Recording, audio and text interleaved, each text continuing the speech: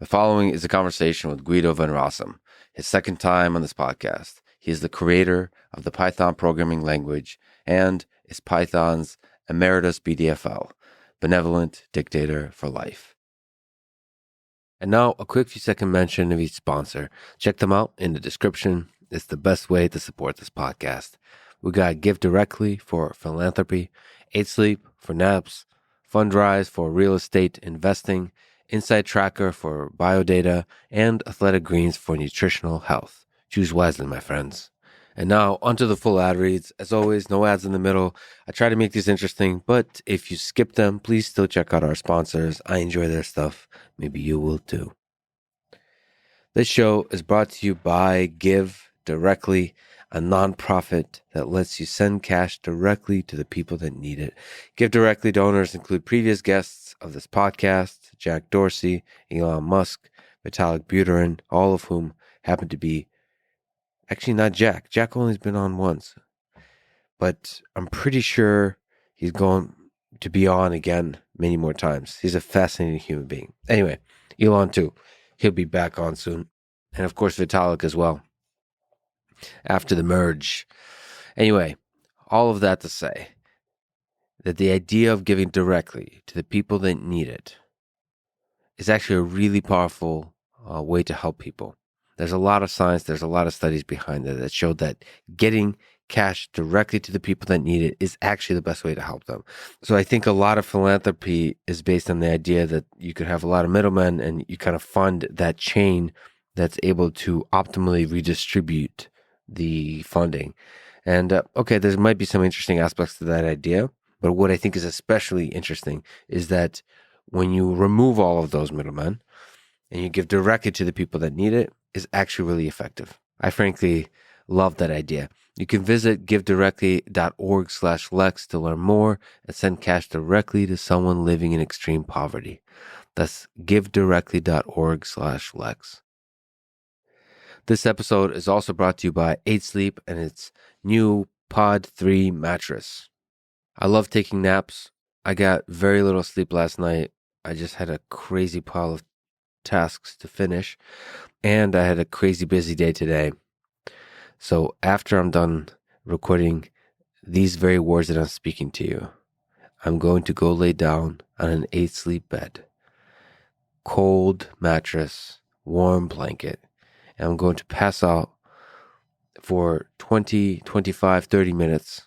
And I'm going to, as opposed to feeling a little bit tired, a little bit mentally exhausted, maybe a little bit not so motivated to do work, I'm going to feel like a new human being, excited to get right back into the trenches of programming and taking on the rest of the day, just powering through, super productive. All of that thank you to a comfortable, enriching, joyful nap. Check it out and get special holiday savings of up to $400 when you go to 8sleep.com/Lex. This episode is also brought to you by Fundrise, spelled Fundrise. It's a platform that allows you to invest in private real estate. As you know, looking at different markets and investment opportunities and all the crazy financial stuff that's going out there in the world, I think it's a good idea to diversify. And that's why private real estate is an interesting place to diversify in.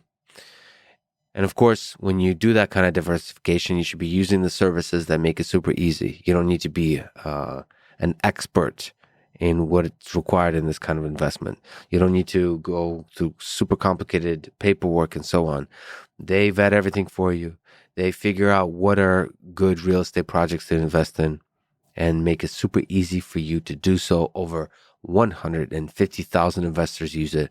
Check it out. It takes just a few minutes to get started at fundrise.com/Lex.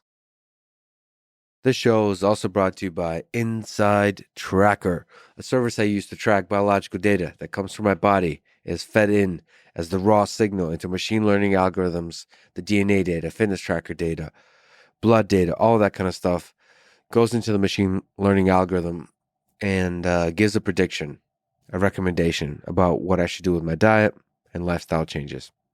This is obviously the early steps in what will make the 21st century incredible, which is the personalization, the deep personalization, both medicine, lifestyle, diet, everything, career choices, mentorship, everything should be coming from rich, raw signal coming from your body. Maybe one day coming from your brain. If you have BCIs, brain computer interfaces like Neuralink operating, this is such an exciting future. So I'm a huge supporter of this kind of future. If it's done right, if it's done in a way that respects people's privacy and people's rights, this is really, really a great way to help individuals optimize their life. And get special savings for a limited time when you go to insidetracker.com/Lex. This show is also brought to you by Athletic Greens and its AG1 drink, which is an all-in-one daily drink to support better health and peak performance. It's my Zen temple that I return to twice a day. After a cup of coffee, it's the first thing I drink every day. I also drink it after a long run. And it gives me a certainty that I have all my nutritional bases covered. So all the crazy kind of diet stuff I'm doing, if I'm fasting, if I'm doing one meal a day, if I'm doing carnivore, just low carb, all that kind of stuff, or if I'm fasting for multiple days, or if I'm doing crazy stretches of work or exercise. So both the mental and the physical fatigue, that everything I'm doing to my body in terms of challenging it, I know I have that basis covered. And so it's like a multivitamin, but amazing multivitamin. I highly, highly recommend it. And plus, it also tastes good. They'll give you 1 month supply of fish oil when you sign up at athleticgreens.com/Lex. This is the Lex Friedman Podcast. To support it, please check out our sponsors in the description. And now, dear friends, here's Guido van Rossum.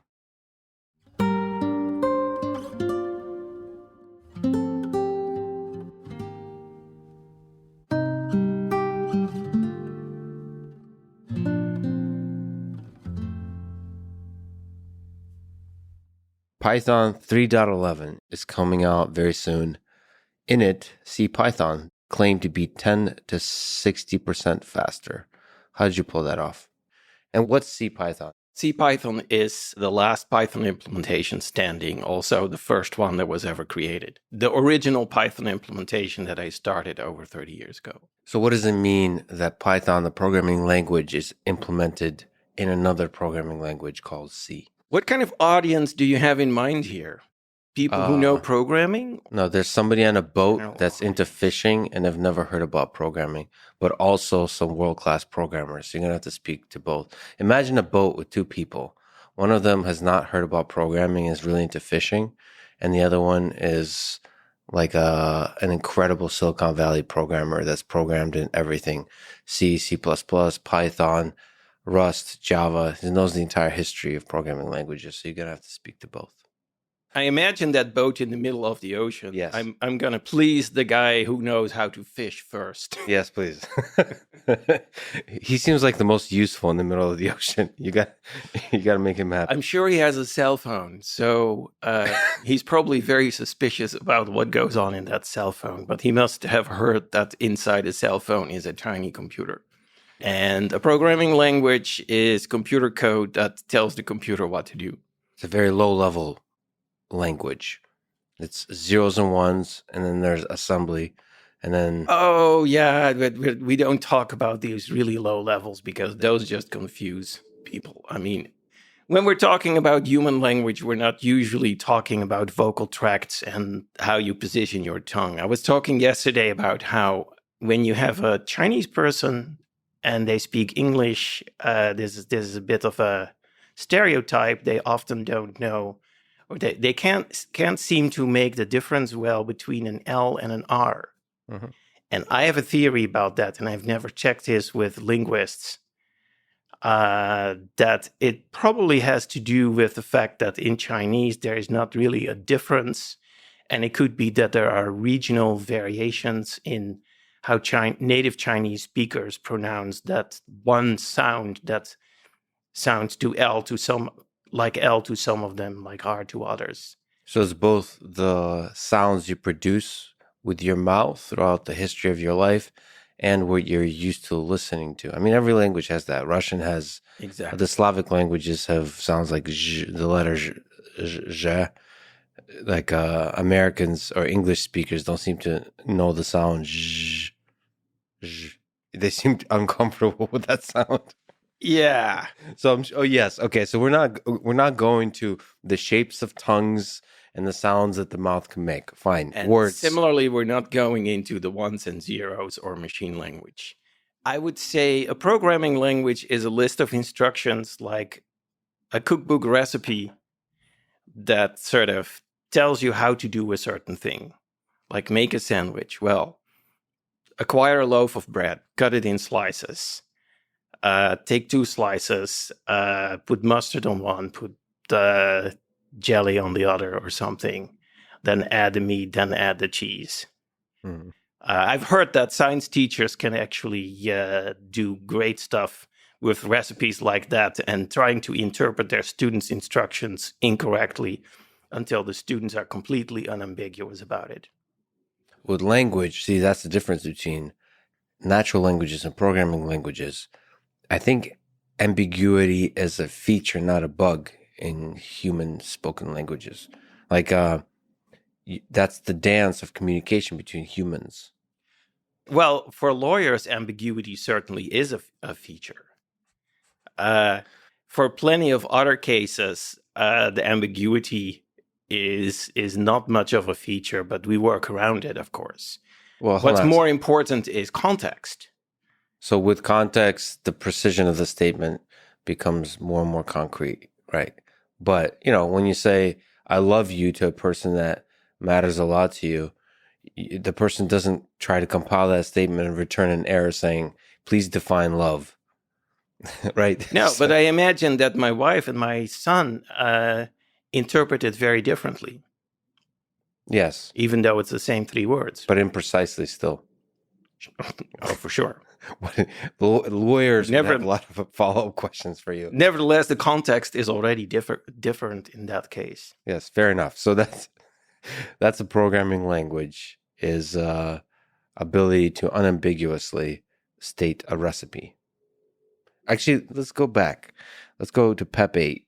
You go through in PEP 8, the style guide for Python code, some ideas of what this language should look like, feel like, read like.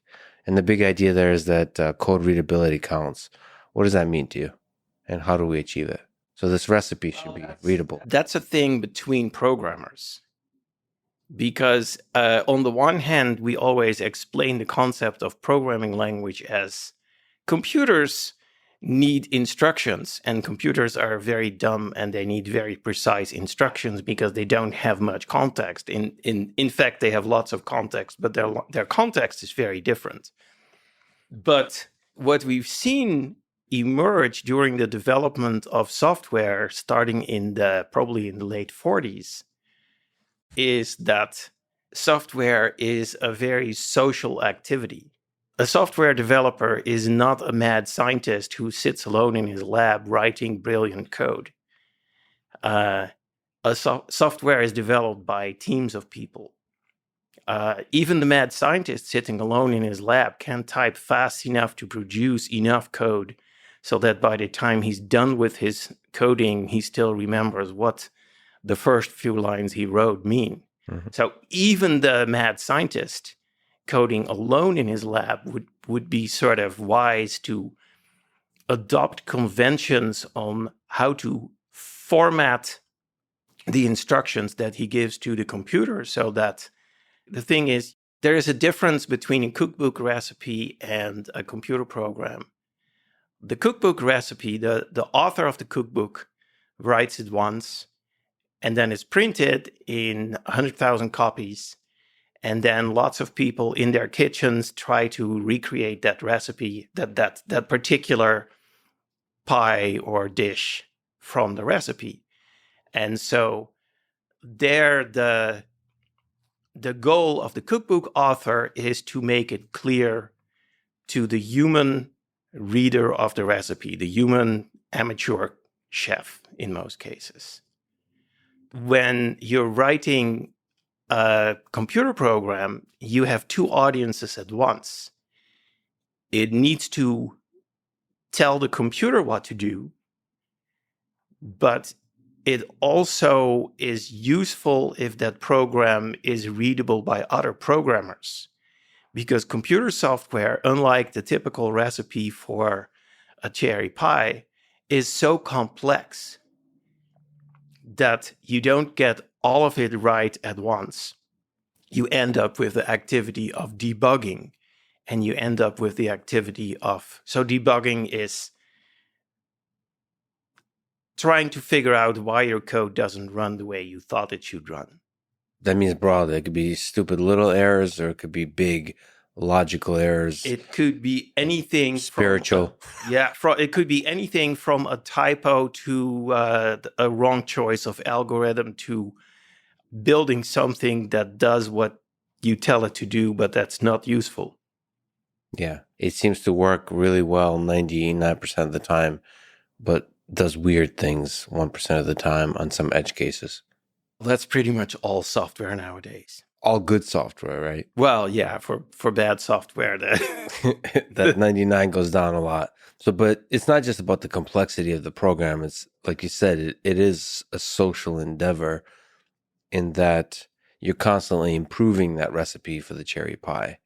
But you're in a group of people improving that recipe. Or the mad scientist is improving the recipe that he created a year ago and making it better.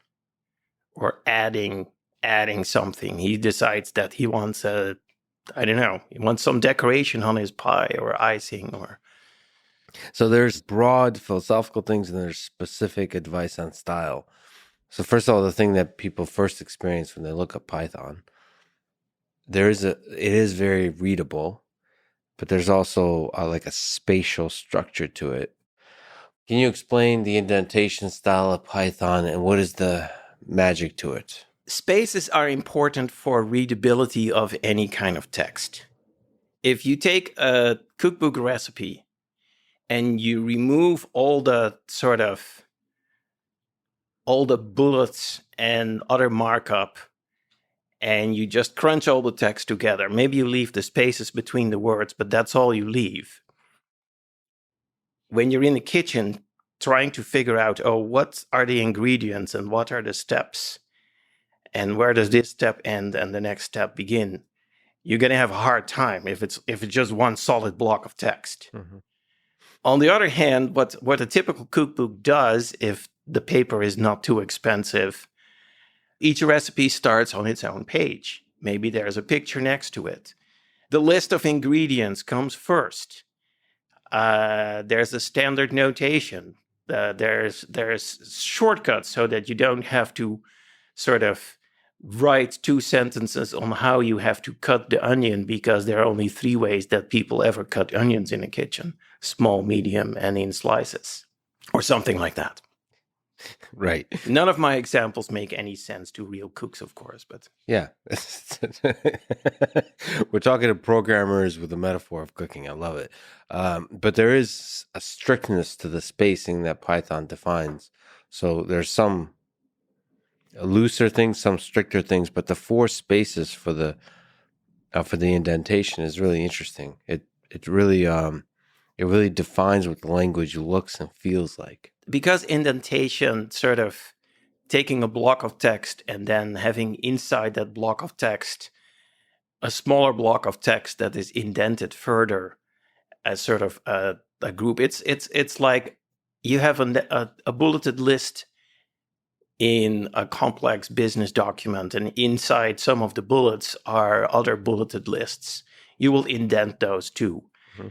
If each bulleted list is indented several inches, then at 2 levels deep, there's no space left on the page to put any of the words of the text. Mm-hmm. So you can't indent too far. On the other hand, if you don't indent at all, you can't tell whether something is a top-level bullet or a second-level bullet or a third-level bullet. So you have to have some compromise. And based on ancient conventions and the typical width of a computer screen in the 80s, and all sorts of things. Sort of,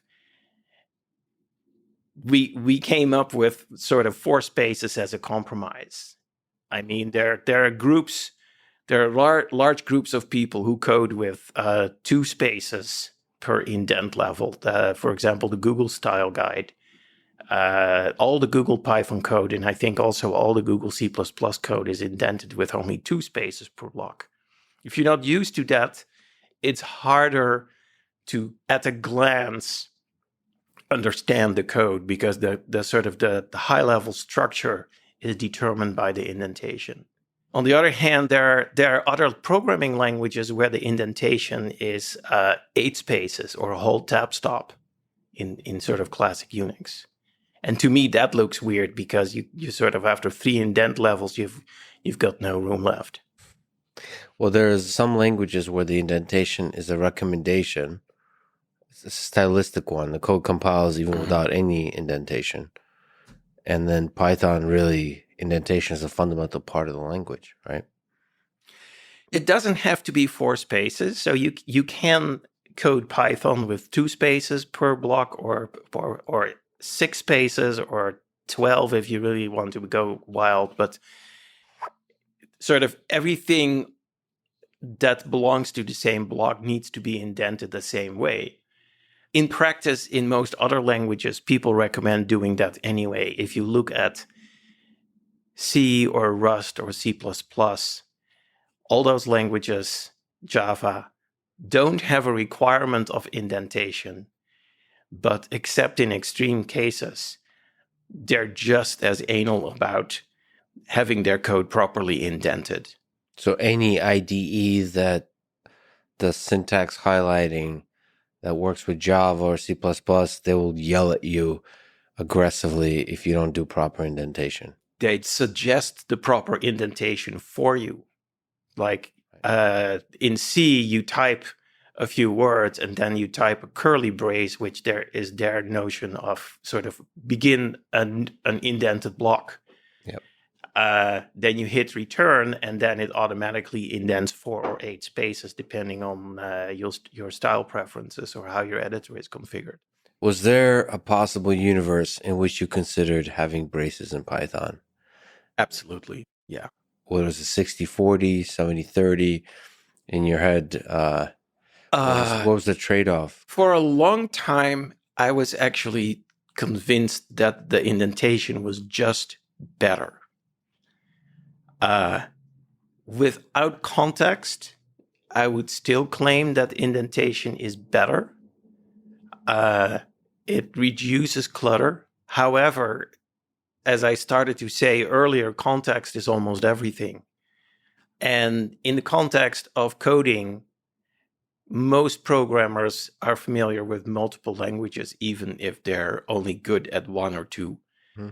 And apart from Python and maybe Fortran, I don't know how that's written these days anymore, but all the other languages, Java, Rust, C, C++, JavaScript, TypeScript, Perl, are all using curly braces to sort of indicate blocks.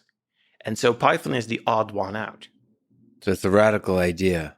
Do you still, as a radical renegade revolutionary, do you still stand behind this idea of indentation versus braces? Like what can you dig into it a little bit more? Why you still stand behind indentation? Because context is not the whole story. History, in a sense, provides more context. So for Python, there's no chance that we can switch. Python is using curly braces for something else, dictionaries mostly. Mm-hmm. We would get in trouble if we wanted to switch. Just like you couldn't redefine C to use indentation, even if you agree that indentation sort of in a greenfield environment would be better. You can't change that kind of thing in a language. Yeah. It's hard enough to reach agreement over much more minor details. Maybe, I mean, in the past in Python, we did have a big debate about tabs versus spaces and 4 spaces versus fewer or more. And we sort of came up with a recommended standard and sort of options for people who want to be different. But yes, I guess the thought experiment I'd like you to consider is if you could travel back through time when the compatibility is not an issue and you started Python all over again, can you make the case for indentation still? Well, it frees up a pair of matched brackets, of which there are never enough in the world, for other purposes. It really makes the language slightly sort of easier to grasp for people who don't already know another programming language. Because the sort of one of the things, and I mostly got this from my mentors who taught me programming language design in the earlier 80s. When you're teaching programming for the total newbie who has not coded before, not in any other language, a whole bunch of concepts in programming are very alien or sort of new and maybe very interesting, but also distracting and confusing. And there are many different things you have to learn. You have to sort of, in a typical 13-week programming course, you have to, if it's like really learning to program from scratch, you have to cover algorithms, you have to cover data structures, you have to cover syntax, you have to cover variables, loops, functions, recursion, classes, expressions, operators. There are so many concepts. If you can spend a little less time having to worry about the syntax. The classic example was often, the compiler complains every time I put a semicolon in the wrong place or I forget to put a semicolon. Python doesn't have semicolons in that sense. So you can't forget them. And you are also not sort of misled into putting them where they don't belong because you don't learn about them in the first place.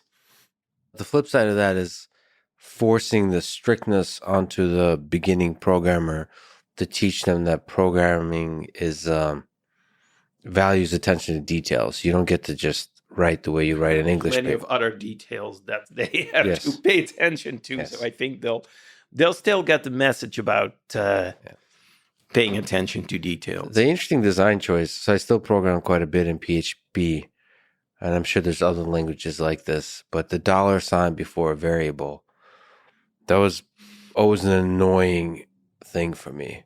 It didn't quite fit into my understanding of why this is good for a programming language. I'm not sure if you ever thought about that one. That is a historical thing. There is a whole lineage of programming languages. PHP is one. Perl was one. The Unix shell is one of the oldest, or all the different shells. The dollar was invented for that purpose because the very earliest shells had a notion of scripting, but they did not have a notion of parameterizing the scripting. Right. And so a script is just a few lines of text where each line of text is a command that is read by a very primitive command processor that then sort of takes the first word on the line as the name of a program and passes all the rest of the line as text into the program for the program to figure out what to do with as arguments. And so by the time scripting was slightly more mature than the very first script, there was a convention that just like the first word of the line is the name of the program, the following words could be names of files. Mm-hmm. Input.txt, output.html, things like that. The next thing that happens is, it would actually be really nice if we could have variables and especially parameters for scripts. Parameters are usually what starts this process. But now you have a problem because you can't just say the parameters are X, Y, and Z. And so now we call, let's say X is the input file and Y is the output file. And let's forget about Z for now. I have my program and I write program X, Y. Well, that already has a meaning because that presumably means X itself is the file. It's a file name. It's not a variable name.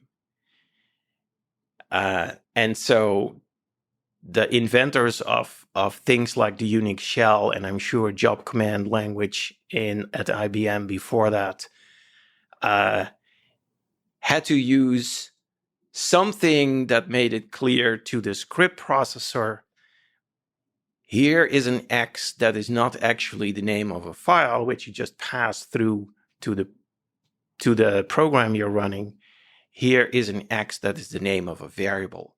Yeah. And when you're writing a script processor, you try to keep it as simple as possible. Because as certainly in the 50s and 60s, the thing that interprets the script was itself had to be a very small program because it had to fit in a very small part of memory. And so saying, oh, just look at each character, and if you see a $sign, you jump to another section of the code, and then you gobble up characters, say, until the next space or something, and you say that's the variable name. And so it was sort of invented as a clever way to make parsing of things that contain both variable and fixed parts very easy in a very simple script processor. It also helps, even then, it also helps the human author and the human reader of the script to quickly see, 20 lines down in the script, I see a reference to X, Y, Z. Oh, it has a $1 in front of it. So now we know that X, Y, Z must be one of the parameters of the script. Well, this is fascinating. Several things to say, which is the leftovers from the simple script processor languages are now in code bases, like behind Facebook or behind most of the backend. I think PHP probably still runs most of the back end of the internet. Oh, yeah. Yeah, I think there's a lot of it in Wikipedia, too, for example. Yeah. It's funny that those decisions, or not funny, it's fascinating that those decisions permeate through time. Just like biological systems, right? I mean, the sort of the inner workings of DNA have been stable for, well, I don't know how long it was, like 300 million years, 500 million years. Yeah. And there are all sorts of weird quirks there that don't make a lot of sense if you were to design a system like self-replicating molecules from scratch. Well, that system has a lot of interesting resilience. It has redundancy that results, like it messes up in interesting ways that still is resilient when you look at the system level of the organism. Code doesn't necessarily have that, a computer programming code. You'd be surprised how much resilience modern code has. I mean, if you look at the number of bugs per line of code, even in very well tested code that in practice works just fine, there are actually lots of things that don't work fine. And there are error correcting or self-correcting mechanisms at many levels. Including probably the user of the code. Well, in the end, the user who sort of is told, well, you got to reboot your PC is part of that system. Yeah. And a slightly less drastic thing is reload the page, which we all know how to do without thinking about it when something weird happens. You try to reload a few times before you say, oh, there's something really weird. Okay, or try to click the button again if the first time didn't work. Well, yeah, that we should all have learned not to do that because that's probably just going to turn the light back off. Yeah, true. So do it 3 times. That's the right lesson. So, and I wonder how many people actually like the $sign. Like you said, it is documentation. So to me, it's whatever the opposite of syntactic sugar is, syntactic poison. To me, it is such a pain in the ass that I have to type in a dollar sign. Also super error prone. So it's not self-documenting. It's like a bug generating thing. It is a kind of documentation. That's the pro. And the con is it's a source of a lot of bugs. But actually, I have to ask you, this is a really interesting idea of bugs per line of code. If you look at all the computer systems out there, from the code that runs nuclear weapons to the code that runs all the amazing companies that you've been involved with and not, the code that runs Twitter and Facebook and Dropbox and Google and Microsoft and Windows and so on, and we like laid out, wouldn't that be a cool like table? Bugs per line of code. And what would let's put like actual companies aside. Do you think we'd be surprised by the number we see there for all these companies? That depends on whether you've ever read about research that's been done in this area before. And I don't know, the last time I saw some research like that, it was probably in the 90s, and the research might have been done in the 80s.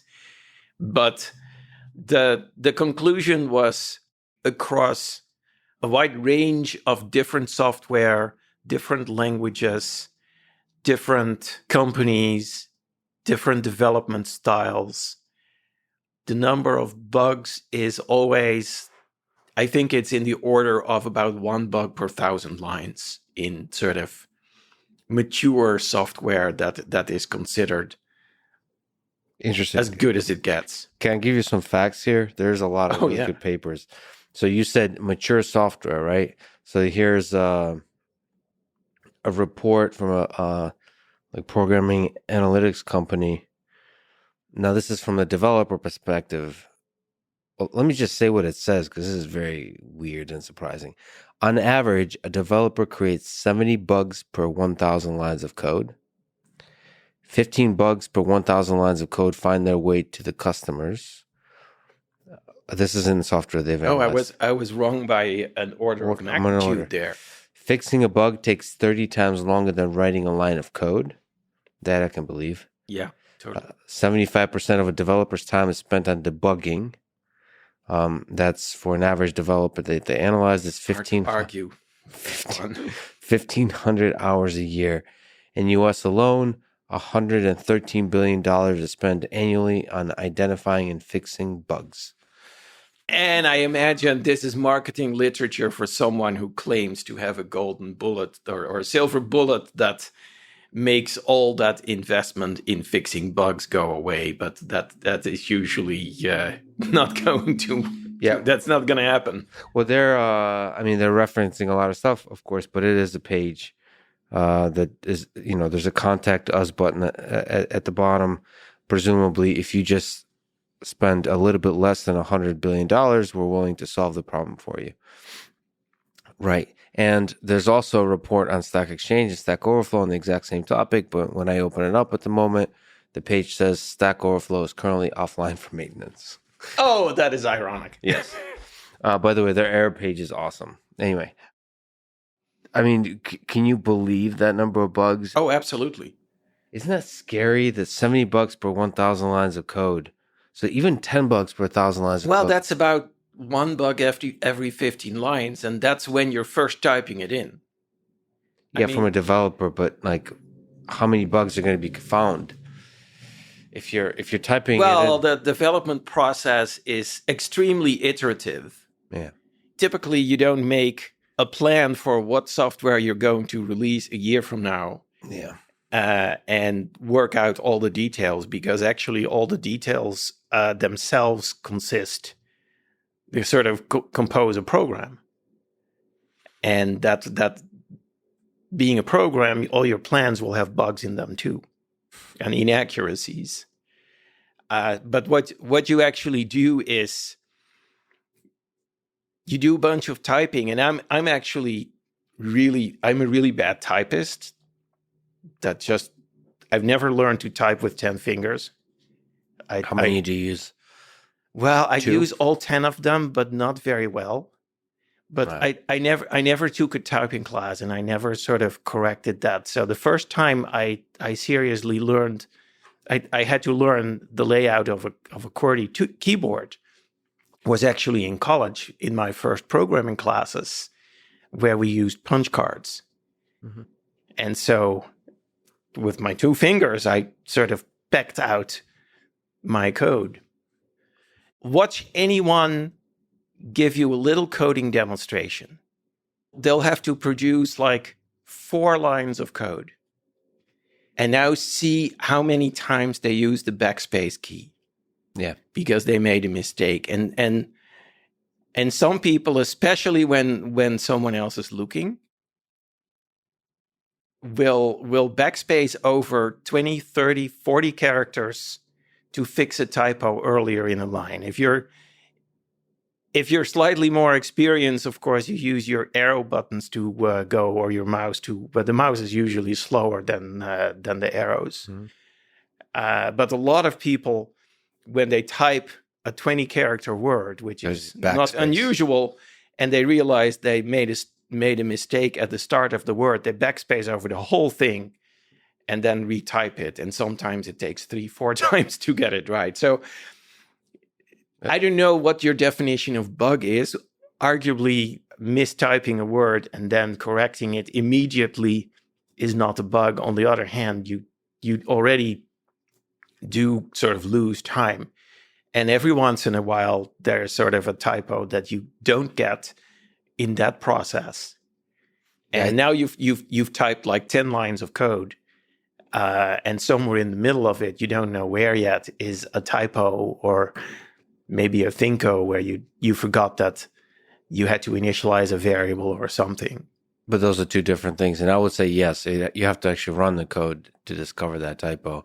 But forgetting to initialize a variable is a fundamentally different thing, because that thing can go undiscovered.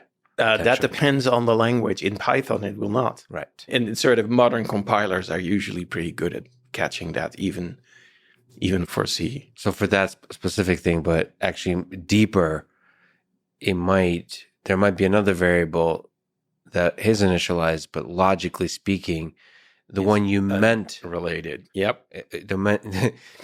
It's like named the same, but it's a different thing, and you forgot to initialize whatever, some counter or some basic variable they're using. I can tell that you've coded. Yes. By the way, I should mention that I use a Kinesis keyboard, which has the backspace under the thumb. And one of the biggest reasons I use that keyboard is because you realize in order to use the backspace on a usual keyboard, you have to stretch your pinky out. And like for most normal keyboards, the backspace is under the pinky. And so I don't know if people realize the pain they go through in their life because of the backspace key being so far away. So with the Kinesis, it's right under the thumb, so you don't have to actually move your hands. The backspace and the delete. What do you do if you're ever not with your own keyboard and you have to use someone else's PC keyboard that has that standard layout? So first of all, it turns out that you can actually go your whole life always having the keyboard with you. So this, well, except for that little tablet that you're using for note taking right now, right? Yeah. So it's very inefficient note taking, but I'm just looking stuff up. But in most cases, I would be actually using the keyboard here right now. I just don't anticipate. You have to calculate how much typing do you anticipate. If I anticipate quite a bit, then I have a keyboard with me. And same with the embarrassing. I've accepted being the weirdo that I am, but when I go on an airplane and I anticipate to do programming or a lot of typing, I will have a laptop and I will pull out a Kinesis keyboard in addition to the laptop, and it's just who I am. You have to accept who you are, but also it's for a lot of people, for me certainly, there's a comfort space where there's a certain kind of setups that are maximize productivity. And it's like some people have a warm blanket that they like when they watch a movie. I like the Kinesis keyboard. It takes me to a place of focus. And I still mostly, I'm trying to make sure I use the state-of-the-art IDEs for everything, but my comfort place, just like the Kinesis keyboard, is still Emacs. so, so I still use. I mean, that's some of the debates I have with myself about everything from a technology perspective. Is how much to hold on to the tools you're comfortable with versus how much to invest in using modern tools. And the signal that the communities provide you with is the noisy one, because a lot of people year to year get excited about new tools, and you have to make a prediction. Are these tools defining a new generation of something that will transform programming, or is this just a fad that will pass? Certainly with JavaScript frameworks and front end and back end of the web, there's a lot of different styles that came and went. I remember learning, what was it called? ActionScript. I remember for Flash, learning how to program in Flash, learning how to design, do graphic animation, all that kind of stuff in Flash. Same with Java applets. I remember creating quite a lot of Java applets, thinking that this potentially defines the future of the web. And it did not. Well, in most cases like that, the particular technology eventually gets replaced. But many of the concepts that the technology introduced or made accessible first are preserved, of course. Because, we're not using Java applets anymore, but the notion of reactive web pages that sort of contain little bits of code that respond directly to something you do, like pressing a button or a link or hovering even, has certainly not gone away. And that those animations that were made painfully complicated with Flash, I mean, Flash was an innovation when it first came up. And when it was replaced by JavaScript equivalent stuff, it was a somewhat better way to do animations, but those animations are still there.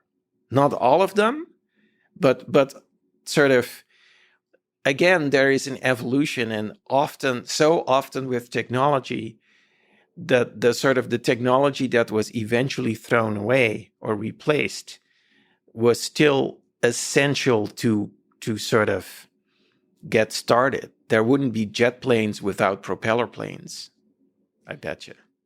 But from a user perspective, yes. From the feature set, yes. But from a programmer perspective, it feels like all the time I've spent with ActionScript, all the time I've spent with Java on the applet side for the GUI development. Java I have to push back. That was useful, because it transfers, but the Flash doesn't transfer. So some things you learn and invest time in. What you learned, the skill you picked up learning ActionScript, was sort of it was perhaps a super valuable skill at the time you picked it up. If you learned ActionScript early enough, but that skill is no longer in demand. Well, that's the calculation you have to make when you're learning new things. Like today, people start learning programming. Today, I'm trying to see what are the new languages to try, what are the new systems to try, what are the new IDEs to try to keep improving. Well, that's why we start when we're young, right? When we're but that seems very true to me, that when you're young, you have your whole life ahead of you, and you're allowed to make mistakes. In fact, you should feel encouraged to do a bit of stupid stuff. Yeah. Try not to get yourself killed or seriously maimed, but try stuff that deviates from what everybody else is doing. And like 9 out of 10 times, you'll just learn why everybody else is not doing that, or why everybody else is doing it some other way. And 1 out of 10 times, you discover something that's better, or that somehow works. I mean, there are all sorts of crazy things that were invented by accident, by people trying stuff together. that's great advice, to try random stuff, make a lot of mistakes. Once you're married with kids, you're probably going to be a little more risk averse because now there's more at stake, and you've already hopefully had some time where you were experimenting with crazy shit. I like how marriage and kids solidifies your choice of programming language. How does that, the Robert Frost poem with the road less taken, which I think is misinterpreted by most people. But anyway, I feel like the choices you make early on, especially if you go all in, they're going to define the rest of your life's trajectory in a way that, like, you basically are picking a camp. So, if you invest a lot in PHP, if you invest a lot in .NET, if you invest a lot in JavaScript, you're going to stick there. That's your life journey. It's very hard to only jump. As far as that technology remains relevant. Yes. I mean, if at age 16 you learn coding in C, and by the time you're 26, C is like a dead language, then there's still time to switch. There's probably some kind of survivor bias or whatever it's called yes. in sort of your observation that you pick a camp because there are many different camps to pick. And if you picked .NET, then you can coast for the rest of your life because that technology is now so ubiquitous, of course, that it's, even if it's bound to die, it's going to take a very long time. Well, for me personally, I had a very difficult and in my own head brave leap that I had to take relevant to our discussion, which is most of my life I programmed in C and C++. And so having that hammer, everything looked like a nail. So I would literally even do scripting in C++. Like I would create programs that do script-like things. And when I first came to Google, and before then, it became already... Before TensorFlow, before all of that, there was a growing realization that C++ is not the right tool for machine learning. We could talk about why that is. It's unclear why that is. A lot of things has to do with community and culture and how it emerges and stuff like that. But for me to decide to take the leap to Python, like all out, basically switch completely from C++, except for highly performant robotics applications. There was still a culture of C++ in the space of robotics. Mm-hmm. That was a big leap. Like I had to, people have like existential crises or midlife crises or whatever. You have to realize, almost like walking away from a person you love. Because I was sure that C++ would have to be a lifelong companion. For a lot of problems I would want to solve, C++ would be there. And it was a question to say, well, that might not be the case, because C++ is still one of the most popular languages in the world, one of the most used, one of the most depended on. It's also still evolving quite a bit. Yes. I mean, that is not a sort of a fossilizing community. Yes. They are doing great innovative work, actually. A lot. But yet the sort of their innovations are hard to follow if you're not already a hardcore C++ user. Well, this was the thing. It pulls you in. It's a rabbit hole. I was a hardcore. The all meta programming, template programming. Like I would start using the modern C++ as it developed, right? Not just the shared pointer and the garbage collection that makes it easier for you to work with some of the flaws, but the detail, like the meta programming, the crazy stuff that's coming out there. But then you have to just empirically look and step back and say, what language am I more productive in? Sorry to say, what language do I enjoy my life with more? And readability and able to think through and all that kind of stuff. Those questions are harder to ask when you already have a loved one, which in my case was C++. And then there's Python, like that meme, is the grass is greener on the other side. Am I just infatuated with a new fad, new cool thing? Or is this actually going to make my life better? And I think a lot of people face that kind of decision. It was a difficult decision for me. when I made it. At this time, it's an obvious switch if you're into machine learning. But at that time, it wasn't quite yet so obvious. So it was a risk. And, you have the same kind of stuff with, I still, because of my connection to WordPress, I still do a lot of backend programming in PHP. And the question is, Node.js, Python, do you switch backend to any of those programming? There's the case for Node.js for me. Well, more and more of the front end, it runs in JavaScript. And fascinating, cool stuff is done in JavaScript. Maybe use the same programming language for the back end as well. The case for Python for the back end is, well, you're doing so much programming outside of the web in Python, so maybe use Python for the back end. And then the case for PHP, well, most of the web still runs in PHP. You have a lot of experience with PHP. Why fix something that's not broken? Those are my own personal struggles, but I think they reflect the struggles of a lot of people with different programming languages, with different problems they're trying to solve. It's a weird one. And there's not a single answer, right? Because depending on how much time you have to learn new stuff, where you are in your life, what you're currently working on, who you want to work with, what communities you like. Yeah. There's not one right choice. Maybe if you can look back 20 years, you can say, well, that whole detour through ActionScript was a waste of time. But nobody could know that.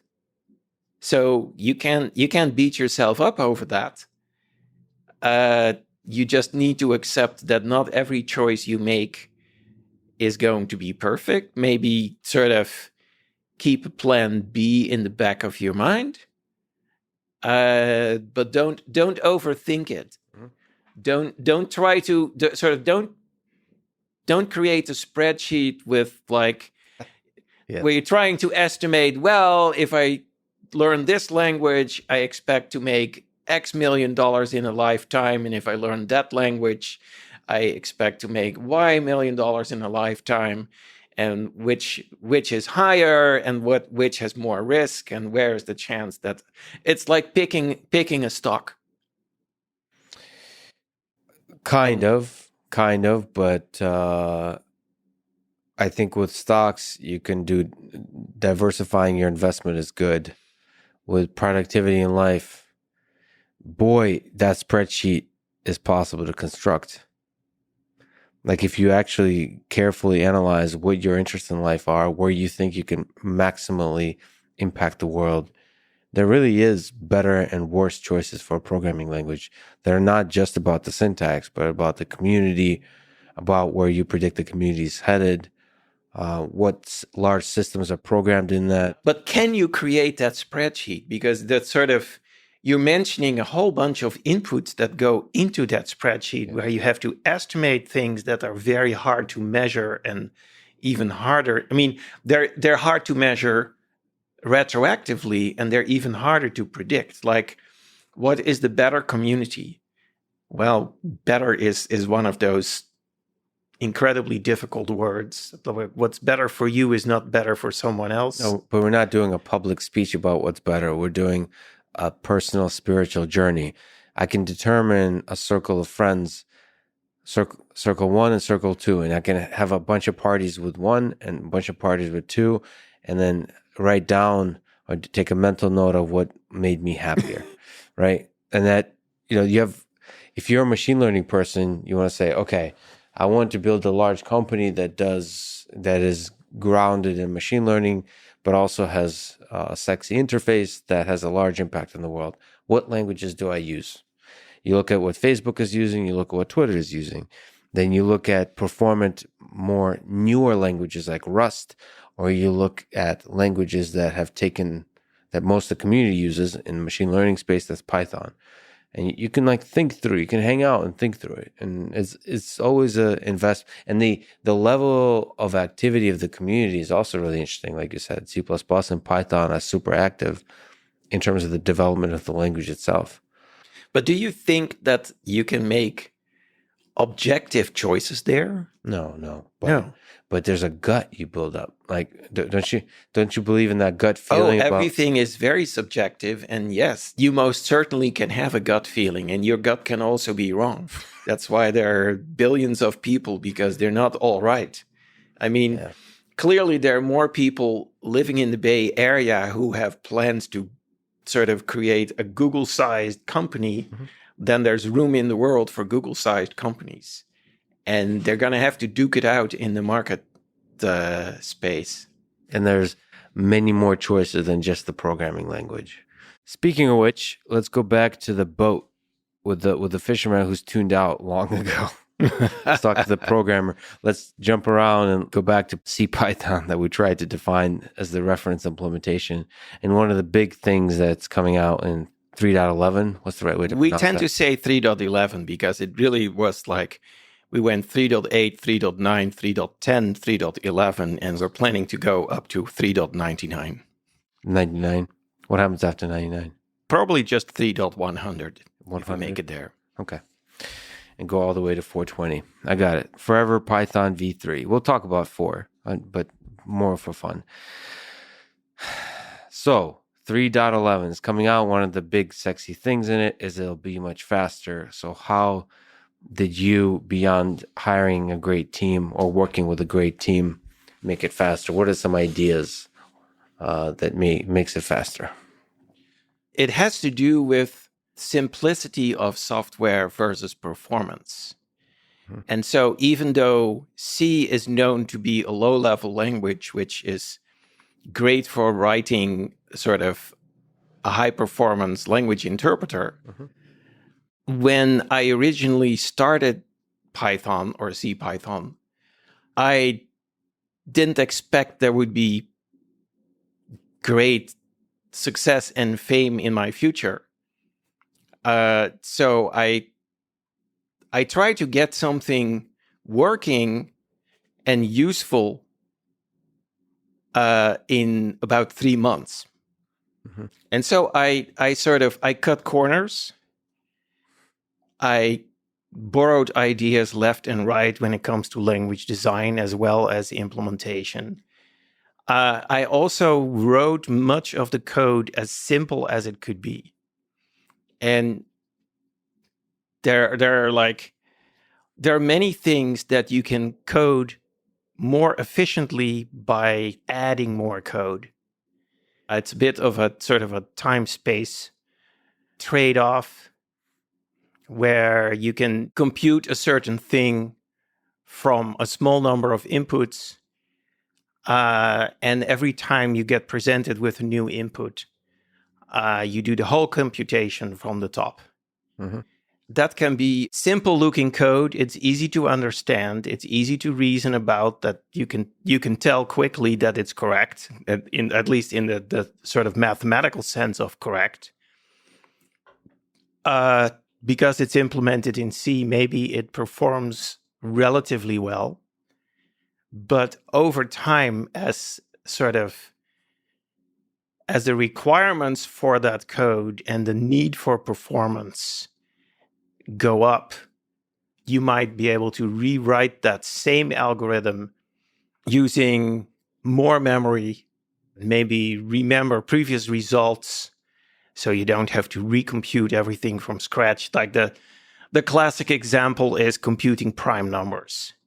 Like, is 10 a prime number? Well, you is it divisible by 2? Is it divisible by 3? Is it divisible by 4? And we go all the way to, is it divisible by 9? And it is not. Well, actually 10 is divisible by 2, so there we stop. But say 11. Is it divisible by 10? The answer is no, 10 times in a row. So now we know 11 is a prime number. On the other hand, if we already know that 2, 3, 5, and 7 are prime numbers, and you know a little bit about the mathematics of how prime numbers work, you know that if you have a rough estimate for the square root of 11, you don't actually have to check, is it divisible by 4 or is it divisible by 5? All you have to check in the case of 11 is it divisible by 2, is it divisible by 3? Because take 12. If it's divisible by 4, well, 12 divided by 4 is 3, so you you should have come across the question, is it divisible by 3 first? Mm-hmm. So if you know basically nothing about prime numbers except the definition, maybe you go for x from 2 through n minus 1, is n divisible by x? And then at the end, if you got all no's for every single one of those questions, you know, oh, it must be a prime number. Well, the first thing is you can stop iterating when you find a yes answer. And the second is you can also stop iterating when you have reached the square root of n, because you know that if it has a divisor larger than the square root, it must also have a divisor smaller than the square root. Then you say, oh, except for 2, we don't need to bother with checking for even numbers because all even numbers are divisible by 2. So if it's divisible by 4, we would already have come across the question, is it divisible by 2? And so now you go special case, check, is it divisible by 2? And then you just check 3, 5, 7, 11. And so now you sort of reduced your search space by 50% again by skipping all the even numbers except for 2. If you think a bit more about it, or you just read in your book about the history of math, one of the first algorithms ever written down, all you have to do is check, is it divisible by any of the previous prime numbers that are smaller than the square root? And before you get to a better algorithm than that, you have to have several PhDs in discrete math. So that's as much as I know. So, of course, that same story applies to a lot of other algorithms. String matching is a good example of how to come up with an efficient algorithm. And sometimes the more efficient algorithm is not so much more complex than the inefficient one. But that's an art, and it's not always the case. In the general cases, the more performant the algorithm, the more complex it's going to be. There's a kind of trade-off. The simpler algorithms are also the ones that people invent first, because when you're looking for a solution, you look at the simplest way to get there first.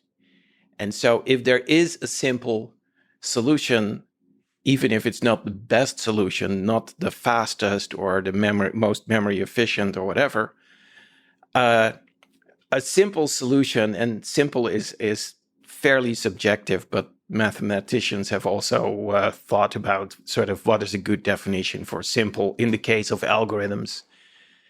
But the simpler solutions tend to be easier to follow for other programmers who haven't made a study of a particular field. And when I started with Python, I was a good programmer in general. I knew sort of basic data structures. I knew the C language pretty well.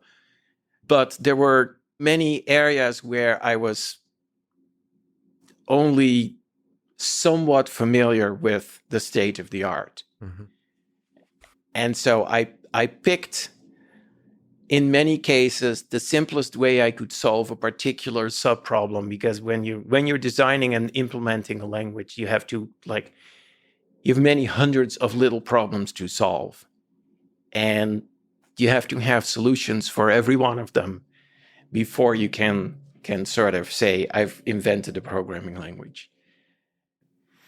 First of all, so CPython, what kind of things does it do? It's an interpreter. It takes in this readable language that we talked about, that is Python. What is it supposed to do? The interpreter, basically, it's sort of a recipe for understanding recipes. So instead of a recipe that says, bake me a cake, we have a recipe for, well, given the text of a program, how do we run that program? And that is sort of the recipe for building a computer. The recipe for the baker and the chef. Yeah. What are the algorithmically tricky things that happen to be low-hanging fruit that could be improved on? Maybe throughout the history of Python, but also now.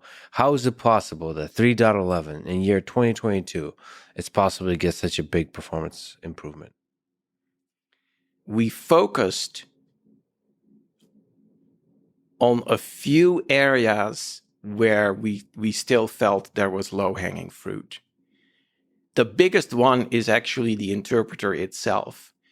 And this has to do with details of how Python is defined. So I don't know if the fisherman is going to follow this story. He already jumped off the boat. He's this. I'm bored. gone. Yeah, this is stupid. Python is actually, even though it's always called an interpreted language, there's also a compiler in there. It just doesn't compile to machine code. It compiles to bytecode, which is sort of code for an imaginary computer that is called the Python interpreter. So it's compiling code that is more easily digestible by the interpreter, or is digestible at all? It is the code that is digested by the interpreter. That's the compiler. We tweaked very minor bits of the compiler. Almost all the work was done in the interpreter. Because when you have a program, you compile it once and then you run the code a whole bunch of times. Or maybe there's one function in the code that gets run many times. Now I know that sort of people who know this field are expecting me to at some point say, we built a just-in-time compiler. Actually, we didn't. We just made the interpreter a little more efficient. What's a just-in-time compiler? That is a thing from the Java world, although it's now applied to almost all programming languages, especially interpreted ones. So you see the compiler inside Python not like a just-in-time compiler, but it's a compiler that creates bytecode that is then fed to the interpreter. And the compiler, was there something interesting to say about the compiler? It's interesting that you haven't changed that, tweaked that at all, or much. We changed some parts of the bytecode, but not very much. And so we only had to change the parts of the compiler where we decided that the breakdown of a Python program in bytecode instructions had to be slightly different. But that didn't gain us the performance improvements. The performance improvements were like making the interpreter faster, in part by sort of removing the fat from some internal data structures used by the interpreter. But the key idea is an adaptive specializing interpreter. Let's go. What is adaptive about it? What is specialized about it? Well, let me first talk about the specializing part, because the adaptive part is the sort of the second order effect, but they're both important. So bytecode is a bunch of machine instructions, but it's an imaginary machine. But the machine can do things like call a function, add two numbers, print a value. Those are sort of typical instructions in Python. And if we take the example of adding two numbers, actually in Python, the language, there's no such thing as adding two numbers. There's just the compiler doesn't know that you're adding two numbers. You might as well be adding two strings or two lists or two instances of some user-defined class that happen to implement this operator called add. That's a very interesting and fairly powerful mathematical concept. It's mostly a user interface trick because it means that a certain category of functions can be written using a single symbol, the plus sign, and sort of a bunch of other functions can be written using another single symbol, the multiply sign. So if we take addition, the way traditionally in Python the add bytecode was executed is pointers, pointers, and more pointers. So first we have two objects. An object is basically a pointer to a bunch of memory that contains more pointers. Pointers all the way down.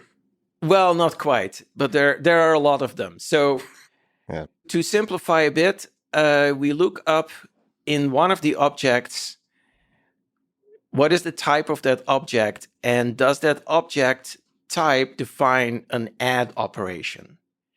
And so you can imagine that there is a sort of a type integer that knows how to add itself to another integer. And there is a type floating point number that knows how to add itself to another floating point number. And the integers and floating point numbers are sort of important, I think, mostly historically, because in the first computers, you used the same bit pattern when interpreted as a floating point number had a very different value than when interpreted as an integer. Can I ask a dumb question here? Please do. Given the basics of int and float and add, who carries the knowledge of how to add two integers? Is it the integer? Type. It's the type integer versus... It's the type integer and the type float. What about the operator? Is the operator just exist as a platonic form possessed by by the integer?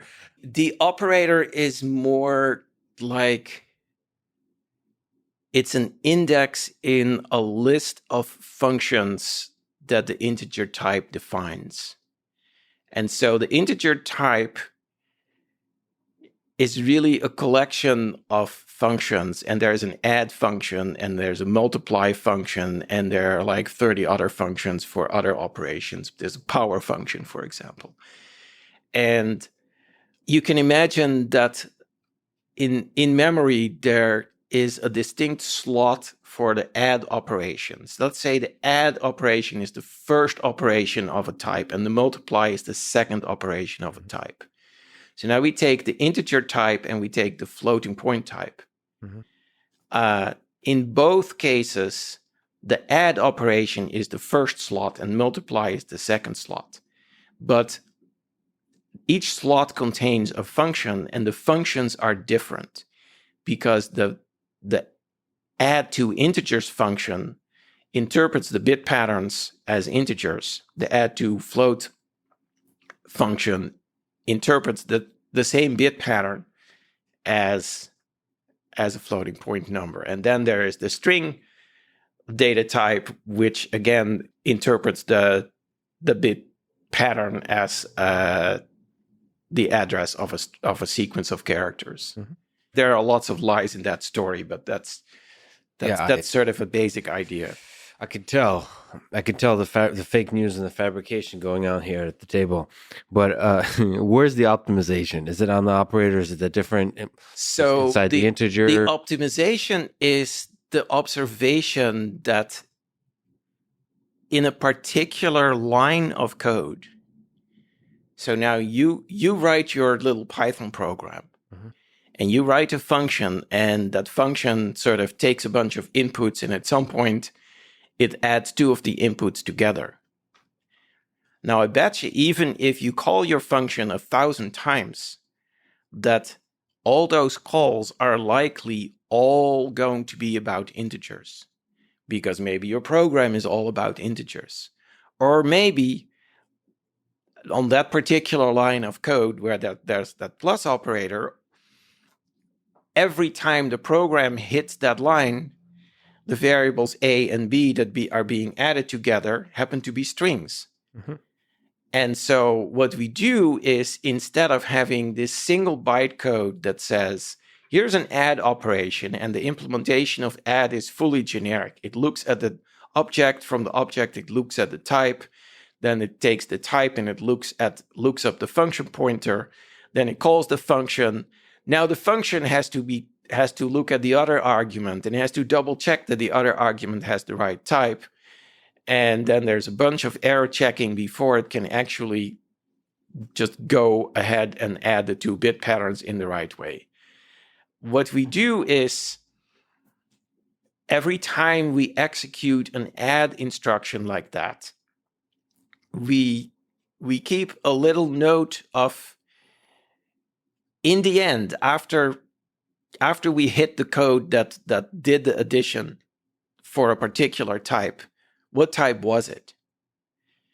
And then after a few times through that code, if it's the same type all the time, we say, oh, So this add operation, even though it's the generic add operation, it might as well be the add integer operation. And the add integer operation is much more efficient because it just says, assume that A and B are integers, do the addition operation, do it right there in line, and produce the result. And the big lie here is that in Python, even if you have great evidence that in the past it was always two integers that you were adding, at some point in the future, that same line of code could still be hit with two floating points or two strings, or maybe a string and an integer. It's not a great lie. That's just the fact of life. I didn't account for what should happen in that case in the way I told the story. There is some accounting for that. And so what we actually have to do is, when we have the add integer operation, we still have to check, are the two arguments in fact integers? Yeah. We applied some tricks to make those checks efficient. And we know statistically that the outcome is almost always yes, they are both integers. And so we quickly make that check, and then we proceed with the sort of add integer operation. And then there is a fallback mechanism where we say, oops, one of them wasn't an integer.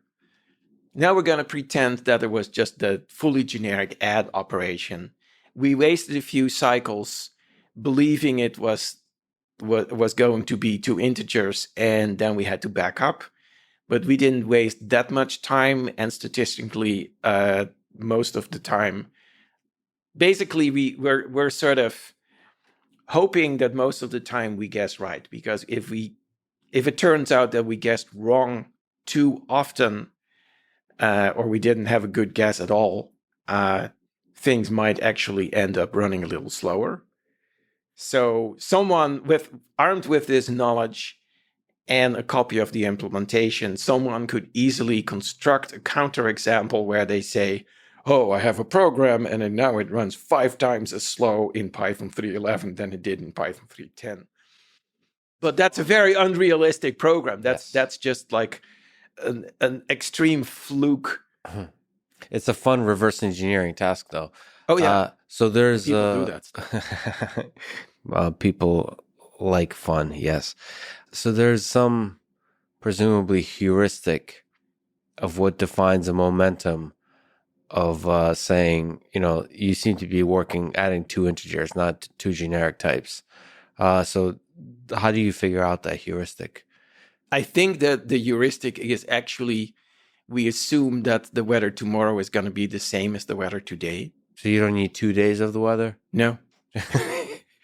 That is already so much better than guessing randomly. So how do you find this idea? Hey, I wonder if instead of adding two generic types, we start assuming that the weather tomorrow is the same as the weather today. Where do you find the idea for that? Because that ultimately, for you to do that, you have to kind of understand how people are using the language, right? Python is not the first language to do a thing like this. This is a fairly well-known trick, especially from other interpreted languages that had reason to be sped up. We occasionally look at papers about HHVM, which is for Facebook's efficient compiler for PHP. There are tricks known from the JVM, and sometimes it just comes from academia. And so the trick here is that the type itself the variable doesn't know what type it is. So this is not a statically typed language where you can afford to have a shortcut to saying it's ints. This is a trick that is especially important for interpreted languages with dynamic typing, because if the compiler could read in the source these x and y that we're adding are integers, the compiler can just insert the single add machine code, that hardware machine instruction that exists on every CPU, and ditto for floats. But because in Python you don't generally declare the types of your variables. You don't even declare the existence of your variables. They just spring into existence when you first assign them, which is really cool and sort of helps those beginners because there is less bookkeeping they have to learn how to do before they can start playing around with code. But it makes the interpretation of the code less efficient. And so we're sort of trying to make the interpretation more efficient without losing the super dynamic nature of the language. That's always the challenge. 3.5 got the PEP 484 type hints. What is type hinting, and is it used by the interpreter, the hints, or is it just syntactic sugar? So the type hints is an optional mechanism that people can use, and it's especially popular with sort of larger companies that have very large code bases written in Python. Do you think of it as almost like documentation, saying these two variables are this type? More than documentation. I mean, so it is a sublanguage of Python where you can express the types of variables. So here's a variable and it's an integer. And here's an argument to this function and it's a string. And here is a function that returns a list of strings. But that's not checked when you run the code. But exactly. There is a separate piece of software called a static type checker that reads all your source code without executing it and thinks long and hard about what it looks from just reading the code that code might be doing and double checks if that makes sense if you take the types as annotated into account. So this is something you're supposed to run as you develop. It's like a linter. Yeah, that's definitely a development tool, but the type annotations currently are not used for speeding up the interpreter. And there are a number of reasons. Many people don't use them. Even when they do use them, they sometimes contain lies where the static type checker says everything's fine. I cannot prove that this integer is ever not an integer, but at runtime somehow someone manages to violate that assumption. And the interpreter ends up doing just fine. If we started enforcing type annotations in Python, many Python programs would no longer work. Mm-hmm. And some Python programs wouldn't even be possible because they're too dynamic. And so we made a choice of not using the annotations. There is a possible future where eventually 3, 4, 5 releases in the future, we could start using those annotations to sort of provide hints, because we can still say, well, the source code leads us to believe that these x and y are both integers, and so we can generate an add integer instruction. Mm-hmm. But we can still have a fallback that says, oh, if somehow the code at runtime provided something else, maybe it provided 2 decimal numbers, we can still use that generic add operation as a fallback, but we're not there. Is there currently a mechanism, or do you see something like that, where you can almost add like an assert inside a function that says, please check that my type hints are actually mapping to reality? Sort of like insert manual static typing. There are third-party libraries that are in that business. So it's possible to do that kind of thing? It's possible for a third-party library to take a hint and enforce it? It seems like a tricky thing. What we actually do is, and I think this is a fairly unique feature in Python, the type hints can be introspected at runtime. So while the program is running, I mean, Python is a very introspectable language. You can look at a variable and ask yourself, what is the type of this variable? And if that variable happens to refer to a function, you can ask, what are the arguments to the function? And nowadays you can also ask, what are the type annotations for the function? So the type annotations are there inside the variable as it's at runtime.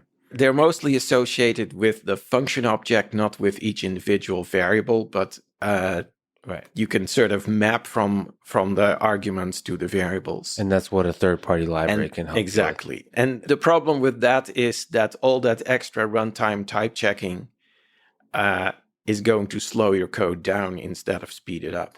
I think to reference this sales pitchy blog post that says 75% of developers' time is spent on debugging, I would say that in some cases that might be okay. It might be okay to pay the cost of performance for the catching of the type errors. And in most cases, doing it statically before you ship your code to production is more efficient than doing it at runtime piecemeal. Yeah. Can you tell me about mypy project? What is it? What's the mission? And in general, what is the future of static typing in Python? Well, so mypy was started by a Finnish developer, Jukka Lehtosalon. So many cool things out of Finland, I gotta say. Just that part of the world. I guess people have nothing better to do in those long, cold winters.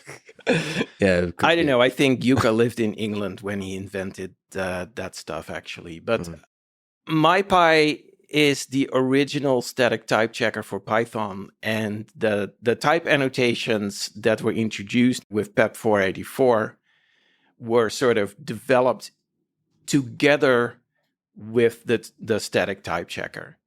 And in fact, Jukka had first invented a different syntax that wasn't quite compatible with Python.